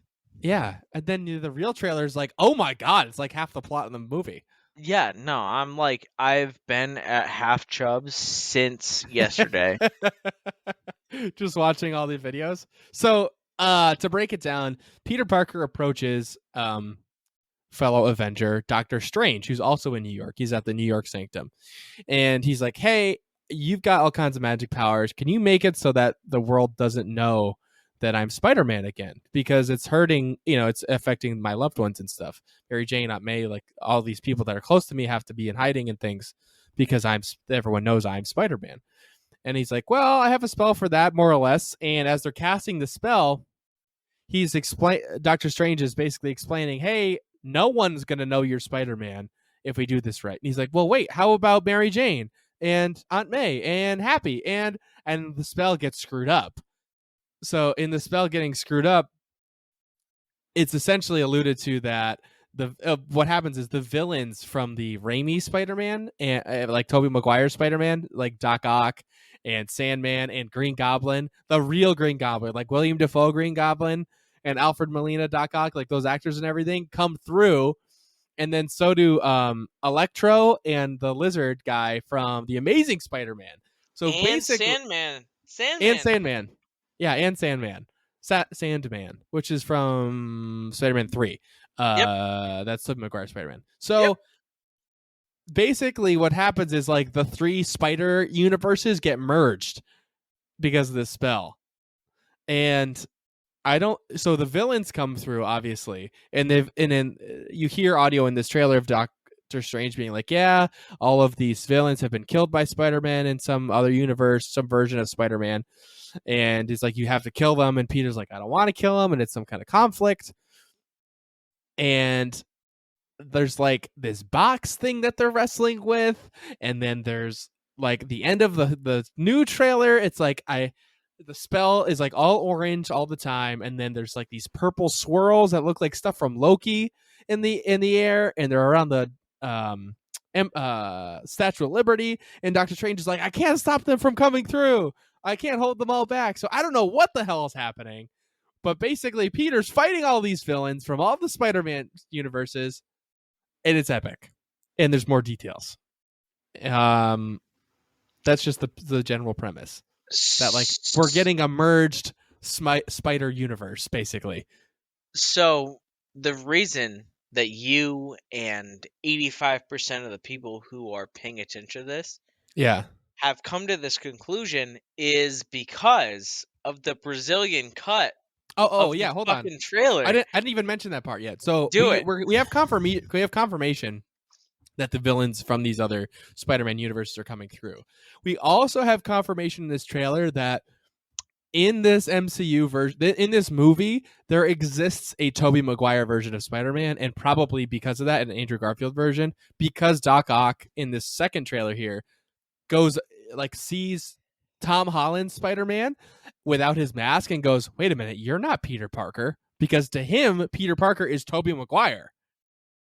So that means Tobey Maguire's version of Spider-Man exists in this universe that we're watching this movie in. So first, that substantiates that it's a thing.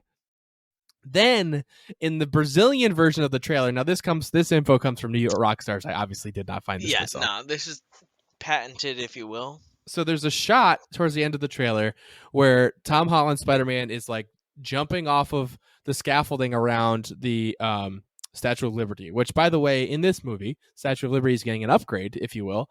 And where her torch is, and her torch arm is going to be, they're attaching a big Captain America shield to sort of like symbolize Captain America as like a tribute to him or something to that effect. So that's under construction. So Tom Holland Spider-Man's jumping off the scaffolding to fight in the air against Sandman in the middle, Electro above him, and then the Lizard a little bit below him. And it's like a 3v1 shot.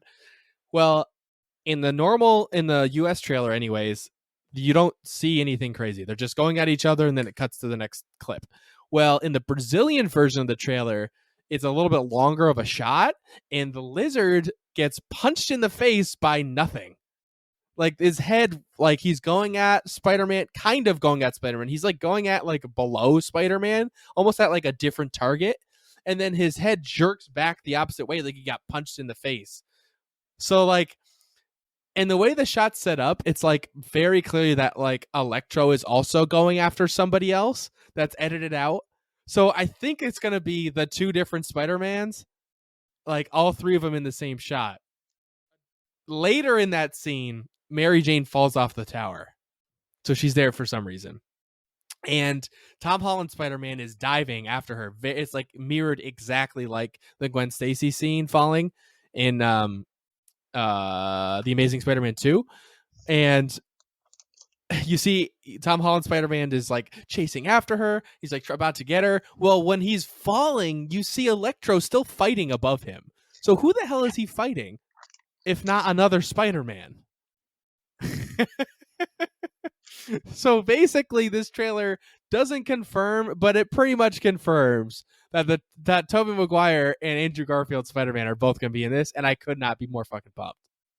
On top of Doctor Strange's shenanigans, we're going to get all three Spider-Man in one movie, and I could not be more pumped.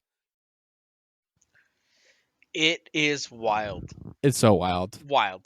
Because I know that you and I share the same opinion about Doctor Strange and how Yeah. he is the best Marvel character. Oh, agreed. He's my favorite for sure. Okay, but there's By some tomfoolery with this Doctor Strange, by the way. All right. I didn't. Full disclosure, I didn't see WandaVision. Okay, I'll you don't do need that to see this WandaVision week. for my tomfoolery theory. But No, but after watching the new Rockstars breakdowns, you need to see WandaVision, dude. Full disclosure, they believe that he is under the spell of the Scarlet Witch. I think he could also be a Skrull. What? Yeah. That's not Doctor Strange. I That's not that the Doctor Strange in this fucking movie is in not the trailer. In the trailer is not Doctor Strange. That's not the Doctor Strange we know and love for one reason and one reason only. You ready for this? Yep. If you've been doing a lot of new Rockstars watching, I have. Know this. So, okay, this Doctor Strange in this movie has the Eye of Agamotto which is like the necklace that holds the Time Stone. Right? But the Time Stone's gone. First of all, the Time Stone in this MCU is gone. It's destroyed. Yep. Captain America put it back in when they borrowed it, basically, and that's gone. But also, Thanos destroyed this MCU's version of the Eye of Agamotto. So either he made a new one that's just like bronze that looks like that, or it's fake. You know what I mean? What's he hiding in there? Or what's he got? You know what I mean? Like he's just got what does he have in that amulet? He's got like an M&M in there instead of it could be an Altoid. I don't know. So that's what I'm saying. So like Doctor Strange should not have that. So either it's a different version of Doctor Strange from another universe, like it could be, for example, because also I don't know if you noticed in this trailer, this Doctor Strange kind of behaves weirdly. He fucks up a spell, which he shouldn't fuck up. He should be an expert at those spells. He says weird things in the trailer, like "Go Scooby-Doo this to the kids." Like, why are you helping them undo the spell? You know what I mean? I have my own reservations to that point. Yeah, but let me just finish this theory. So, in What If, you should watch the Doctor Strange episode, but that version of Doctor Strange in What If, the 4th episode, is completely different and very not the same person because of how he becomes Doctor Strange, and he has the Eye of Agamotto still, and so it could be that version, and he's a lot stronger than our version of Doctor Strange. So it could be him invading and tinkering. It could also be a Skrull pretending to be Doctor Strange for whatever reason, because we know Skrulls were pretending to be Nick Fury and the agent whose name I can't remember. She's the same actress that was in How I Met Your Mother. Sorry, I don't remember her name. But anyways, that impersonating them at the end of one of the movies. I forget which one. And then also there's going to be a Secret Invasion a TV series or movie that's coming out in the not so distant future, where it's all about Skrulls invading the Earth. Sheesh. Easily could be a Skrull. Also, Wanda could be just puppeteering Doctor Strange, and she's not 100% good at all of her spells just yet, so it could be why they screwed up that spell. And that's why not seeing WandaVision, that seems a little bit more outlandish. Yeah. To me. To be how is someone going to take over Doctor fucking Strange? Dude, you gotta watch WandaVision. I'm just saying. All right, so show is crazy. If we're gonna take my opinion, what you got? This is someone who loves Doctor Strange as they exist. Yeah. Based on the trailer. Out of character. It's weird. He's acting weird. 1000%. On top of the fact that after watching that new Rockstars breakdown, the attire. What are you eating, by the way? So, gum. Oh. Anyways, the entire what? I'll spit out my gum. Yeah. Anyway. Because all I hear is smacking over there. Okay, so New Rockstar's breakdown. Yeah. They point out so much about Doctor Strange that just does not make sense. But starting with the apparel, he's wearing a fucking Columbia hoodie. Yeah, why is he? And it's like Nope, snowing in the not sanctum. happening. Nope, not normal Doctor Strange. No, definitely not. In the trailer, Wong goes through the portal. He says, "Do not cast that spell." Yeah. How many times have you seen Doctor Strange disobey? Not even disobey, but disagree with anything Wong has said. He said. I mean, he says it a lot. He disagrees with Wong all the time. He's But like, "Oh, don't read the forbidden books," and then he goes and reads the forbidden books. You know what I mean? But how many times has he ever really gone against him? Well, that's true. Like harmful things, like especially like he'll read the books and he'll be like, "I shouldn't have read these fucking books." Yeah, but how about like time universe breaking spell? You know what I mean? Like you think he would know better with He's a like, fucking yeah, cup of coffee. He's like, no. "Yeah, fuck it, I'll screw up the entire multiverse." Right. For no you, problem, Peter. I gotcha. For you, Right. Spider-Man, so you can get your dick wet with MJ and not even be worried about it. Right. Exactly. No, it's weird. For sure. Not my Doctor Strange. Not my president. Something fishy is going on. Yeah, I agree. There's something up with Doctor Strange. I don't get it. And after watching that breakdown, which this podcast is not sponsored by New Rockstars, but I mean, it basically is. We talk about New Rockstars all the time. Watch that fucking breakdown because there's two of them. Such a fantastic job. Yeah, New Rockstars has a full breakdown and then also like a reaction to the second trailer, which is and awesome. Then they have the breakdown of the breakdown where they really show quote and quote proof of the removal of those Spider-Verses. Yeah, it's awesome. It's like there's like blurry sort of images and things like that where you can see where they scrubbed something out of that frame, which is wicked cool. Yeah, 6 hours ago that got posted according to after this recording, the breakdown of the breakdown. So anyways, we are super stoked about Spider-Man No Way Home. I definitely am going to see that opening night. I might even see it twice, honestly. I might go back to the theater. But I'm super pumped about it. Joey, any final thoughts? I will say real quick, I really hope MJ does not die. Because I know From Gwen the Stacy. falling scene? Yeah, Gwen Stacy dying is a really tragic thing, and it's a character growth moment for that Andrew Garfield Spider-Man. But and I feel like it sucks because you never get to see him grow out of that after that movie. He's just sad and broken at the end of Amazing Spider-Man 2. They don't go and make a third movie, so I really don't want, if this is the last of Tom Holland Spider-Man, which I don't know if it is or not, but it's leaning sort of towards a wrap up aside from him in team up movies later, right? I would really rather him not be super crushed like that. He's gonna know sacrifice and stuff at the end of this movie. He's like, hey, I screwed up. I tried to be selfish and the whole world is paying for it kind of thing. It seems to be the message of this movie, but I really hope MJ doesn't end up dying because that just sucks. I want to see him keep that relationship, but also, Joey, what were you gonna say? Well, kind of going off what you're saying. So the official trailer, the one that came out 2 days ago, it opens up with Tom Holland in the rain, battered, broken, this, that, and the other thing. Yeah, he's visibly beat up. Something fucking happened. Yeah.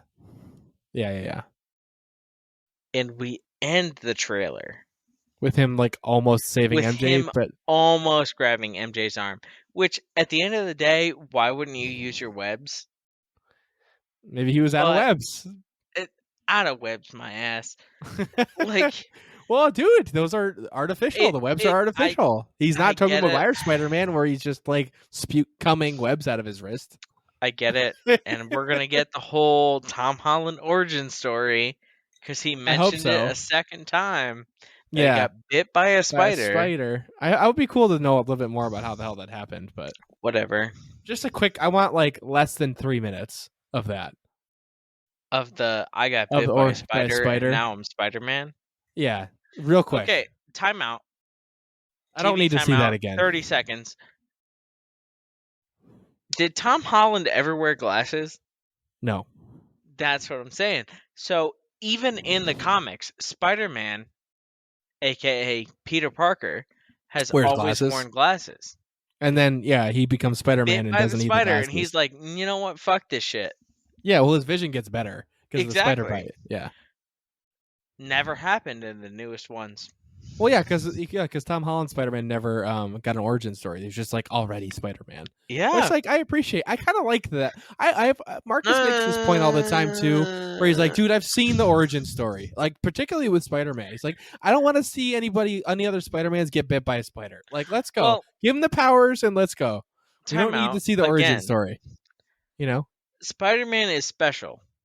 Yeah, because Sony has its fucking toes dipping in the water here. Well, yeah, of course. But as far as a Marvel character, yeah, I associate that with Tom Holland. Well, yeah, me too. And I do not know how this 14-year-old became Spider-Man. Yeah, that's fair. I know how Tobey Maguire became Spider-Man. I know how Andrew Garfield became Spider-Man. I guess the point is like you don't need to, you know? Why not? Because it's not compelling storytelling if you've already know the story. Like when Spider-Man. Why is that part of the Marvel Cinematic Universe? I'm just saying. It isn't. It's not. Well, it's not part of it. We just haven't seen it. That's all. It happened. We just didn't see it. I guess. Yeah. So I mean, and let me give you an example. Like Shang-Chi, right? Shang-Chi, you pick up that character. Have you seen that movie? Yep. Okay, so you pick up that character and he's already badass. Yeah, normal dude. No, he's a normal dude. He's already badass. Jackie Chan. He is Jackie Chan. Dude, okay. I don't want to go on too many sidebars, but that movie is fucking awesome. There's different like martial arts / kung fu movie influences like per fight. Like so there's that bus scene in the beginning is very much modeled after Jackie Chan's acting, where he's like kind of gets hurt and it's a little comedic, and then like it's very stunt oriented, and then like it's like somewhat relatable, and then like there's other ones where he's like it's like an homage to Bruce Lee, and then there's different fighting styles where I forgot the dad has a specific fighting style versus the mom's fighting style is like Tai Chi based, you know. I thought that was cool. Yeah, water bending, air bending, whatever. Yep. Very flowy. Yep. But it was cool. Shang-Chi was great. But my point being, I don't think you necessarily need to open with an origin story that takes 20 or 30 minutes of a movie. Like make them like I really liked how Shang-Chi did it, where like you start with the character, he's already badass. You have a plot of the movie, and then like through you find out his origin story because it explains his relationship with his father, not just his origin story for the sake of showing the origin story. You know what I mean? I thought that was way better done than just like, here you go. Here's the dork, gets bit by the spider, gets the powers, goes on an adventure. Like, because that takes too long. It's not as compelling, you know? And I very much agree with that. But yeah, taking another point from New Rockstar, we don't know exactly the circumstance for which Tom Holland gets bit by the spider. That's very true. We do not know. What if he got bit by a spider and then fell into a radioactive tank? What if the spider was just like the day after he got exposed? A stray sneeze from the Hulk and got bit by a spider? What if he had COVID? We don't know. Damn it, Joey. Damn it, COVID. We don't know. COVID strikes again. Why is it so important? Because we know how Toby gets bit. We know how Andrew gets bit. We don't know how Tom gets bit. But Tom's the only one with nanotech. That's true. All right. So, did Tony Stark make Spider-Man? No, he was Spider-Man. Did you watch the first movie? How do you know? Because he was Spider-Man fighting in the pajama suit with the No, goggles. I understand, but Yeah. The for pajama suit. all intents and purposes, we have no idea. That's very true. All right, I'll let you find out. We can find out in this movie. I'll allow it. December, what is it? 17th.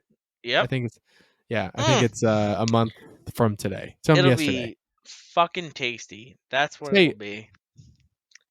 Do you want to talk about Metroid Dread? I'm still worked up from Marvel. I know.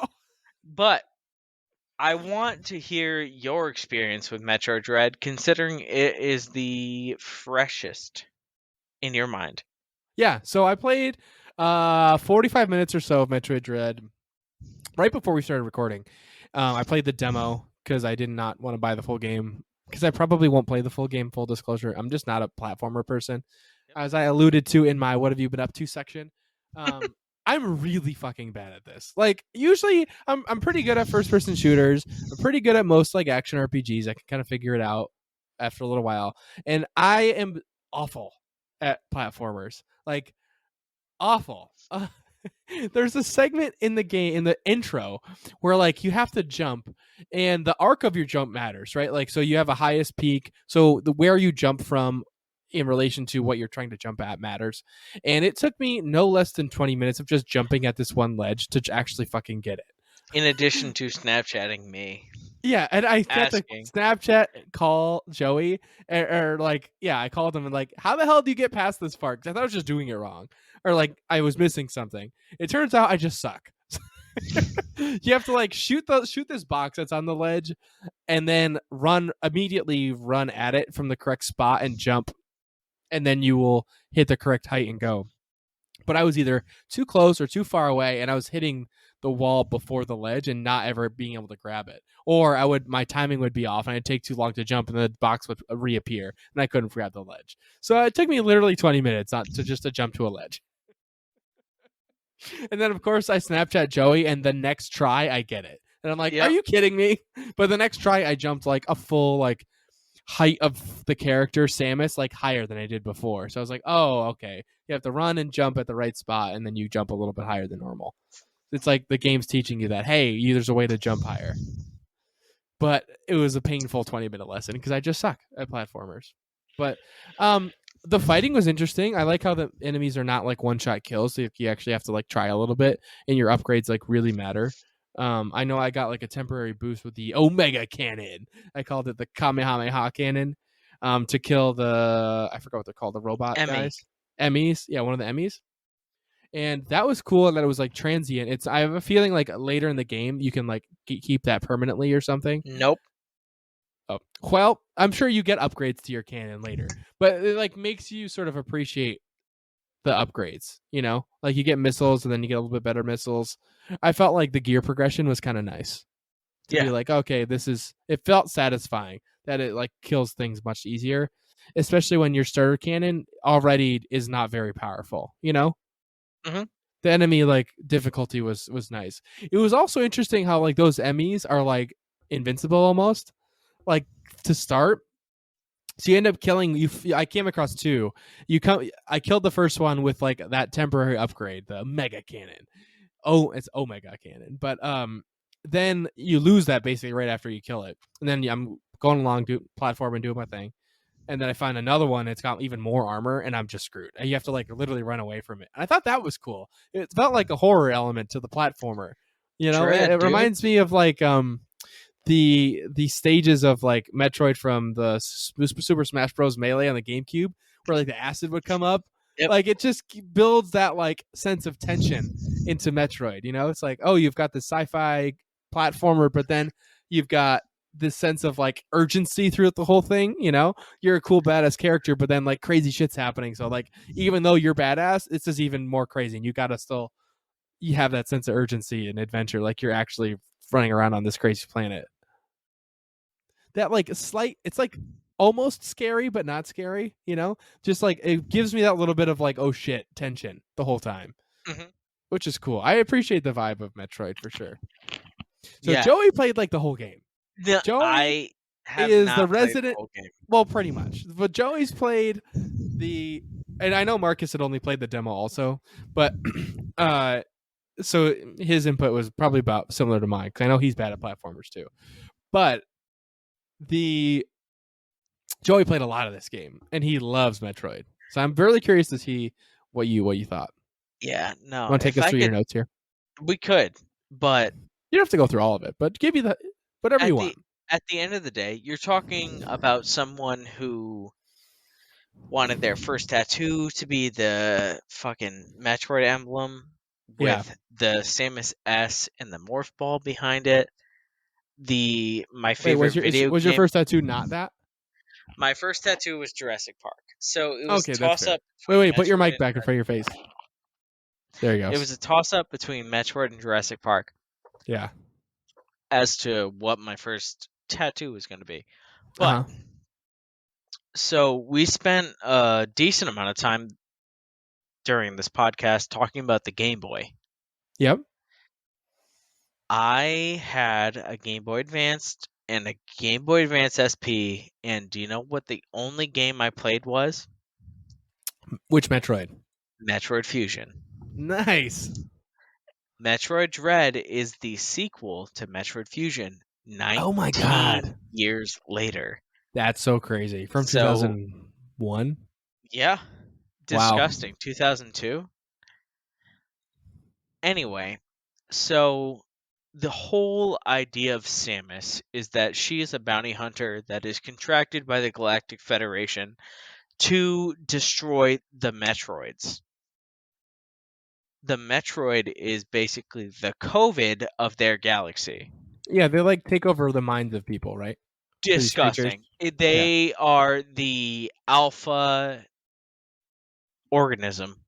Yeah. Destroys everything. Samus goes and eradicates the Metroid entirely. Okay.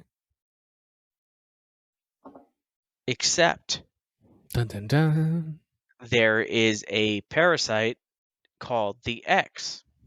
Right, which like can mimic anything, right? Exactly. They're essentially a mimic. It's like Ditto from Pokemon. Yeah, they're even blob-like. They're floating blobs that will mimic any sort of living organism. Mm-hmm. She destroys the Metroids, and then she's like, fuck. We got this other thing I gotta deal with, the X. Yep. The X infects her. Because she is the alpha female, whatever, the X ultimately ends up mutating her DNA. Mm-hmm. So she is not only part Metroid, she is part X. Yep. That's why Samus is crazy. She's a human orphan that was adopted by the Chozo, which are bird people, who then gets infected by the Metroid and the X Survives. to become the Ultimate- alpha organism Right. to exist And she's got a suit of armor from the Chozo. from the Chozo. From with the a cannon Chozo. for an arm. Exactly. Yep. She's like, I'm so fucking cool. I not only eradicated the Metroid, I defeated the X. Game over. Boom bam. And then this game starts. And then some asshole sends her a tweet that says, hey, I got X on planet ZDR. Right. And she's like, oh no. So she goes there, And sure enough. gets her ass kicked, and here we go. And that's the start of the game. Yeah, there's And like that's this Metroid character is like almost looks like a. So she goes there. She immediately gets into a fight with this character who looks like they have the same type of armor that she does. It's like with like the cannon hand and everything, but like the face is way different. It's almost like A bird. a bird. It looks like reminds me of like Ridley sort of from the first Metroid, the big dragony enemy. Maybe it's supposed to look like a bird, but it's very clearly like something Plague Doctor-y looking. With like Samus armor, it's all gray, and like she gets beat up. So then you start playing, you wake up from consciousness, and you have no more powers because of your X infection or whatever the heck happened to you. And then you go from there. You're trying to figure out how to get out of this sort of facility that you're in. You're in like the basement, which is cool. Yeah. And that's where I started playing. The demo is like the first part of the game. demo is the first part of the game, but the whole reason you're on this planet ZDR is because you were essentially sent this tweet that's like, hey, look, we have this planet, and here's the X that you allegedly defeated at the end of Right. Metroid Fusion, but it's still there. So she's Right. like, double birds to the wind. Fuck you. I'm going to go defeat this again. Gets to planet ZDR and gets absolutely massacred by this weird looking bird. Falls unconscious, and then you have to, Then you in start true playing from there. Metroid fashion, have to get all of your abilities back. Yep. Classic Metroid. What were Ultimate Bounty Hunter loses their abilities every game you play. Yep. I mean, same thing with every game, right? Like God of War does that. Uncharted, I'm sure, does that. You're an ultimate human being, and all of a sudden you get beat up always to the lose point all your where stuff. everything's gone. Yeah. So, is this game super duper exploratory? So, Metroid Dread, not only does it follow Metroid Fusion, 19 years later, it goes back to the 2D roots of the game. Mm-hmm. So Metroid Fusion comes out, and then a couple years later, the GameCube gets released, and Metroid Prime releases. I don't know the specific That was for GameCube. date. It was for GameCube. It was first-person shooter. It was totally different than any other Metroid game that Nintendo has ever released. I didn't love that. Yeah. What? Metroid Prime? What? Well, dude, I'm terrible at these games. Bud, Metroid Prime is so different than anything that Dread has to offer. I know, but I don't know. You like Fallout. Hold up. I know. I don't know why I didn't like Metroid Prime. I played it, I tried it, and I just wasn't in the mood or something. Whew. It just triggered Joey so hard. Oh man. I gotta find some zen. Yeah. But no, I mean, I get it. It was a cool environment and stuff. I think like I had a tough time shooting with a GameCube controller because I used to PS2, just jamming Call of Duty. I guess. Sorry, not Call of Duty. The original Call of Duty. Mm-hmm. Or Medal of Honor Frontline. Oh, goodness. Or Medal of Honor Rising Sun. Don't bring me back to Medal of Honor. Oh, my goodness. Yeah. So anyways, do you remember the first one that came out on the Wii? The Medal of Honor? Yeah. No. I never played any shooting games on the Wii. Oh, my God. It was despicable. Yeah, of course. The motion tracking was awful. Ugh. Anyway.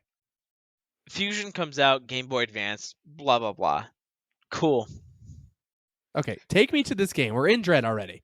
Dread. Yes. Tell me about the exploration. It goes back to that same thing. So we had the From reason Fusion.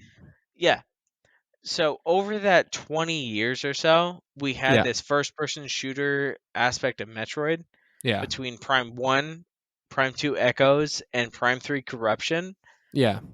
Where you had this level of exploration, but it was just inherently different from what Metroid really stood for. Yeah, it's not 2D. It's not a 2D platformer, Metroidvania. 2D platform. Mm-hmm. Yeah. It's a whole category of video game. Right. 2021 hits. We pull Metroid Dread. Long awaited, kind of baited in Fusion, in Samus Returns, that, and the other thing. Delicious. Yeah, it goes back to that exploration heavy, backtracking, sort of re-exploring areas after you get new abilities. Part 2. Yeah, that's great. Gorgeous. What do the graphics look like? The graphics really kind of pull at the heartstrings of some people. Yeah. Nintendo Switch limited, right? 720p, 60 frames per second. Doesn't look really good because of the hardware they're working with. Yeah. A lot of people were really upset with how this looks. Exactly. Because it looks like a game from 20 years ago, roughly. It's at least 10 years ago. It looks worse than Super Monkey Ball. Yeah, it does. I mean, it looks like it's from early 2000s. Right? And this is something you Yeah. had like 2 decades to work on. Yeah, which is crazy. I But like get being also the limited. Switch is like, I feel like the space shuttle in 1960 had more power than the Switch does. So like I get it. Yeah. My TI-84 graphing calculator has more power than the Like you could play Switch. Doom on your calculator, and the Switch can't handle Metroid Dread. Gross. Oh my god. But yeah, no, a lot of people were really upset with how Samus looked in this game. Yeah. I think it looks good though when you think like, hey, it's a it's supposed to be 2D. It's supposed to be a platformer. It's supposed to be like it's supposed to be a sequel to this 20-year-old game. So like that's what you expect from like a 2D platformer, If they made it look like Norman's Night in the Cave and it was a completely different art style, people would be like, why this looks funny, That's like Norman's Night in the Cave is the first 2D platformer that I thought of, but Yeah. or like is it's not Tiny Tina. There's like a game for like PlayStation. I'm gonna totally butcher it. It's like weird, like puppet looking. It's a platformer too. But anywho, back at the range. You know what I'm talking about? It's like there's like a dark Planet? theme. Well, that could be a Little Planet something. I think Little Planet's a platformer, but you know what I'm talking about. Those games look modern when they're platformers, right? Yep. Graphic style is way more modern versus like this is very clearly trying to look a little bit more retro, which is fine if that's what you're going for. But if people expect all the modern all the time, then I can understand why they'd be a little upset with Metroid Dread. But well, yeah, you just expect progression and improvement when you don't necessarily get it. Right. So speaking of progression, how is the gameplay of this? Is it hard? Dude, so you said that you suck at it. I do. I'm fucking awful. I like to think I'm good at platformers, and I fucking suck. Oh, okay. So one of the biggest criticisms of this game is that it's extraordinarily difficult. Yeah, it's hard. Like it gives you zero directions. Like I didn't skip any cutscenes, and I was like, where do I go? What do I do? Like, how do I open this door? You know what I mean? Can I open this door? Else who's done it? Right. And I literally called you. I'm like, dude, what the hell? It is so tough. And the thing with this game is that you just have to kind of like hope. Yeah. And yeah, it's a lot of trial and error and like figuring it out as you go. I will say the aiming mechanic is really challenging. Tough. Like I would say that the controls on the Switch are, dare I say, clunky. Yeah, it felt clunky to me because like I wish you could aim with one stick and move with the other. Because you don't. You're basically using one analog stick for everything, and then you have to click. So like for reference, you move with the left analog stick, right? But then you also aim with the left analog stick, so you can only shoot in the direction that you're already moving. And at the same time, if you want to really alter it past like the cardinal four directions, you have to hold down like the left bumper of the controller, and then it'll let you move, and then you can't move. So it's like when you want to aim in a real 360, you have to stop moving and then hold down a different button, and it lets you do that. It's really clunky. I found that's I think what screwed me up the most was the clunky aiming mechanic. I wish it would let you like, I don't know you ever play like, the 2D-ish top-down Call of Duty game mode that's like a bonus thing. It's like a zombies game mode. Dead Ops Arcade. Dead Ops Arcade. You know how you can like turn in a 360 and you're just shooting in a circle and stuff? I wish you could aim like that. That would make it feel way better in this. Granted, it would look weird if Sam's just pinwheeling her gun arm as you're blasting the walls. Yeah. But like that's what you have to do at certain points. That's the issue. Yeah, like it feels weird to just like not be able to like move and shoot in the, I don't know, it feels really clunky. I agree. But the jump mechanics, tough. They're difficult.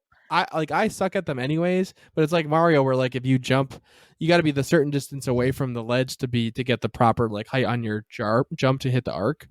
And I did not find that very easy. And then to clamber on the edge, it's annoying. Tricky. But the thing is that with Metroid, not only Metroid Dread, but any Metroid game, you have to go through the game to eventually come back to a spot you already have been Right. and unlock a certain area. Right.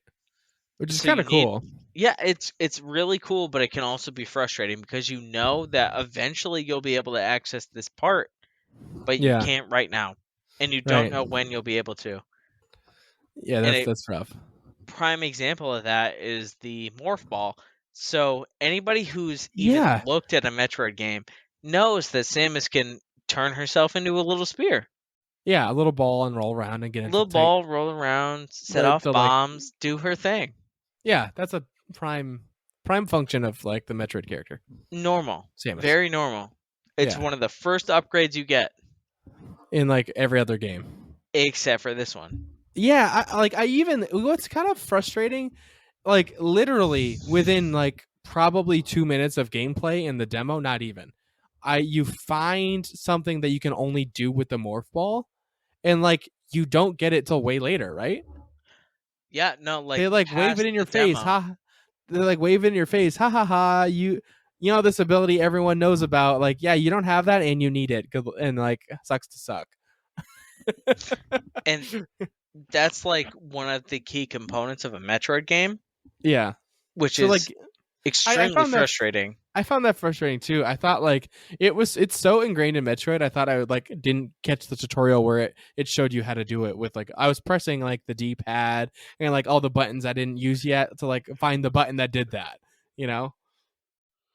But No, you have how to about spend the 3 hours in the game to find the Morph Ball. Anyway, interesting. How about the other abilities that you get? Is there a lot? yeah, no, so again, going back to the controls being kind of a little bit clunky, Yeah. if I'm going to say, and this is coming from someone who's played the majority of the game on an airplane. Well, that's true. That's the best Yep, place to play. exactly. There are a finite amount of buttons on the Nintendo Switch. Yeah. Controller. Yeah. Yep. There are more abilities than buttons. Well, that's a little annoying. So you gotta like do Yeah. combo buttons. You have to combo buttons, and then you have to remember, oh my god, I unlocked this ability using this button. So, going back to what you were saying about how you only aim with the left control stick, Yeah. if you click in, like, the right control stick, you activate a certain ability. Okay. If you're never using the right control stick, when are you going to remember to press that button? That's a good point. Never. Yeah, Never. just forget about that ability. You're going to be Yeah. like, oh my god, I have to press that. Right. So, I feel like they did a lot with the game, but it was limited just based on hardware. Yeah, that makes sense. That's tough. I feel like a lot of games, controller-based games, struggle with that, right? Like you get like, I Mhm. know in Horizon Zero Dawn, you pull up a pinwheel, not pinwheel, but like a wheel menu, like to choose your weapons. You know what I mean? And that lets you choose from like 8 or, you know, it's 4 different weapons, but each weapon can have 3 different ammo types, so you can choose from 12 different Sheesh. things on the wheel. You know, so Mhm. it's like it's a way to get around that, but you can't do that on a 2D like Switch. platformer like that on the Switch. Mm-mm. So tell me about these Emmy encounters. I talked about them a little bit, but like those things are scary. Yeah. So they were. I think the Emmys, the backstory. Correct me if I'm wrong in the story. They were supposed to be like the drone robots. They were supposed to go kill the X's on the planet at first, and then because they didn't hear back from them, they send you instead. You know, Exactly. and So, then you get there, and the Emmys are attacking you. yeah. Government employs Samus to go Yep. fix government project. Yep. There you go. And then, that's it. That's all you need to know. That is it. Basically, But she you can't shows kill up them. and no, they're extremely difficult. So I don't know how to talk about this without giving anything away. Okay. Ultimately, you have these zones in the game that are called Emmy Zones, and those are the zones that are patrolled by these robots that are seemingly all powerful. Invincible. Yeah. So each time you get captured by an Emmy, you have one exact chance to try It's and like a parry quick it. time event, but Yep. like it's a really tiny window. It's instanced, and if you have it perfectly, you can probably do it 50% of the time. Yeah. It's hard though. Tough. But Otherwise you just die. Game over. instant. And the one of the good things I'd say about Metroid Dread is that before you enter these Emmy zones, it kind of auto saves for you. So when you die 100 times in a row, you don't have to actually go Go back. way back. Yeah. Exactly. So that's beautiful. But the name of the game is Metroid Dread. And these zones in particular really get you as far as emotion. Yeah. So the music changes, the zone is different. It's like blacked out, shrouded. You almost have to run through there without encountering this robot that'll instant kill you. Right. So I think that it's been a really cool introduction to the series as a whole. Agreed. I mean, I sucked at it, but it's interesting. You know, Yeah. I thought the melee countering was really cool. How you can like, first of all, you have a melee attack. Yeah. Second of all, you can like counter these enemies that also have melee attacks. I thought that was a cool feature. It's not just run around and shoot stuff. It makes you like actually pay attention to like the sort of animations of the enemies and stuff, and like it's less like mindlessly running around and shooting, and more like really doing a dance of combat as you're going through. You know? Yeah. It kind of empowers Samus as a Right. character. Yeah. It's cool. I think it's an awesome game. What did you think you would rate it at so far? Well, first of all, how many hours in are you, would you say? I'm about 12 hours in. Okay. I haven't beat the game, but How I'm the how kind of far do guy you who's feel you're into it? 80%. Oh, okay. Like almost done. I get you. Yeah, no, I feel like it's like a 22-hour campaign or something like that. Okay. I get you. But then again, like when you're playing the game, you don't have a sense of like when it's done Right. because you just keep finding more abilities. Yeah. More like ways to get through the map and sliding and dashing and the phantom cloak and the spider climb. Yeah, no, each time you unlock a new ability, the possibilities of what you've already experienced change. Right. And You can get to new areas and stuff. yeah. So the That's cool cool. thing about Dread is that you start at the base of this planet, ZDR, Mm-hmm. and you have to fight your way to the surface, which is where your ship is. Right. In order to do that, you go to these different biomes on the planet to try and fight your way to the surface, but the whole time you got to go back and forth to get to these unlock other certain areas. areas. Exactly. And different abilities. So either way, I What do you think think? it's a fantastic game. If I was going to give it the IGN number, I'd give it a 9 out of 10. Damn. I am swayed considering one of the housewarming gifts I was given was a photo of Samus.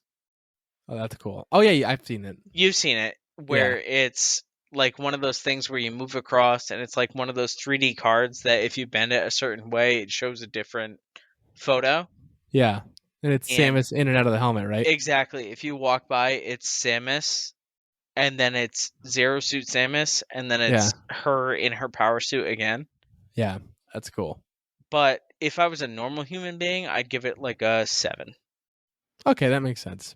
Yeah, I'd give That it a sounds 7. reasonable considering the graphics and the limitations and the slightly clunky controls. But the overall, like, I think going back to a 2D platformer for this series like feels right.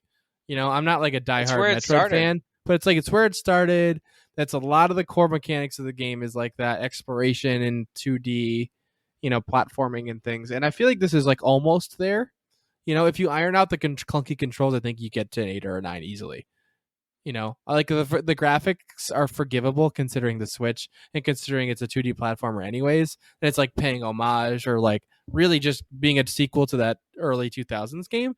So like the graphics I'm willing to like sort of brush off in the score. But like I feel like the clunky controls are where you get substantial negative points, if that makes sense. Hot take. Yeah. all of the negative points are hardware limitations. Right. Like if this came out for the PC, it's fine. 9.5 out of 10. Right. If you enjoy this genre, Yeah, 9.5 out of 10. agreed. So Joey, where can people find you if they want to? Honestly, Joey's not a streamer. I'm not a streamer. I He's wish not I a content was. creator. If I were a content creator, it would be Well, painting. That's true. Well, hey, where can they find your research papers? They can find my research papers anywhere online. So I just had a new publication roll through. It'll be printed next month. Yeah. Yep. So you can look me Printed up. where? It'll be printed in the Journal of School Nursing. Or For you can UConn? look at- Yep. You can look me up on PubMed. I have a number of papers out there. As far as video games go, I have a really, really, really 10-year-old YouTube channel where I had some really shitty highlight reels from Halo 4, but No I'm way. good. Oh yeah. That's great. Yep. Frozen Cheddar YouTube. That's Perfect. It's also Frozen Cheddar in the Discord. it. Frozen Right? Cheddar in the Discord. If you're gonna look at me on Instagram and see how much food I eat, it's at Fetta50. That's FETTA50. Instagram. But Awesome, man. yeah, Well, hey, thanks as always for coming on the show. This is I will great. do it every day. Thanks for drinking some whiskey with me and chatting about all of the things that we're interested in. Absolutely. It has been a pleasure, and I appreciate every time I come on here because you guys just have such a great thing going. So keep it up. Well, hey, will do, and same to you, my friend. We love having you. What are you guys talking about in here? Find out next episode of Working Class Nerds.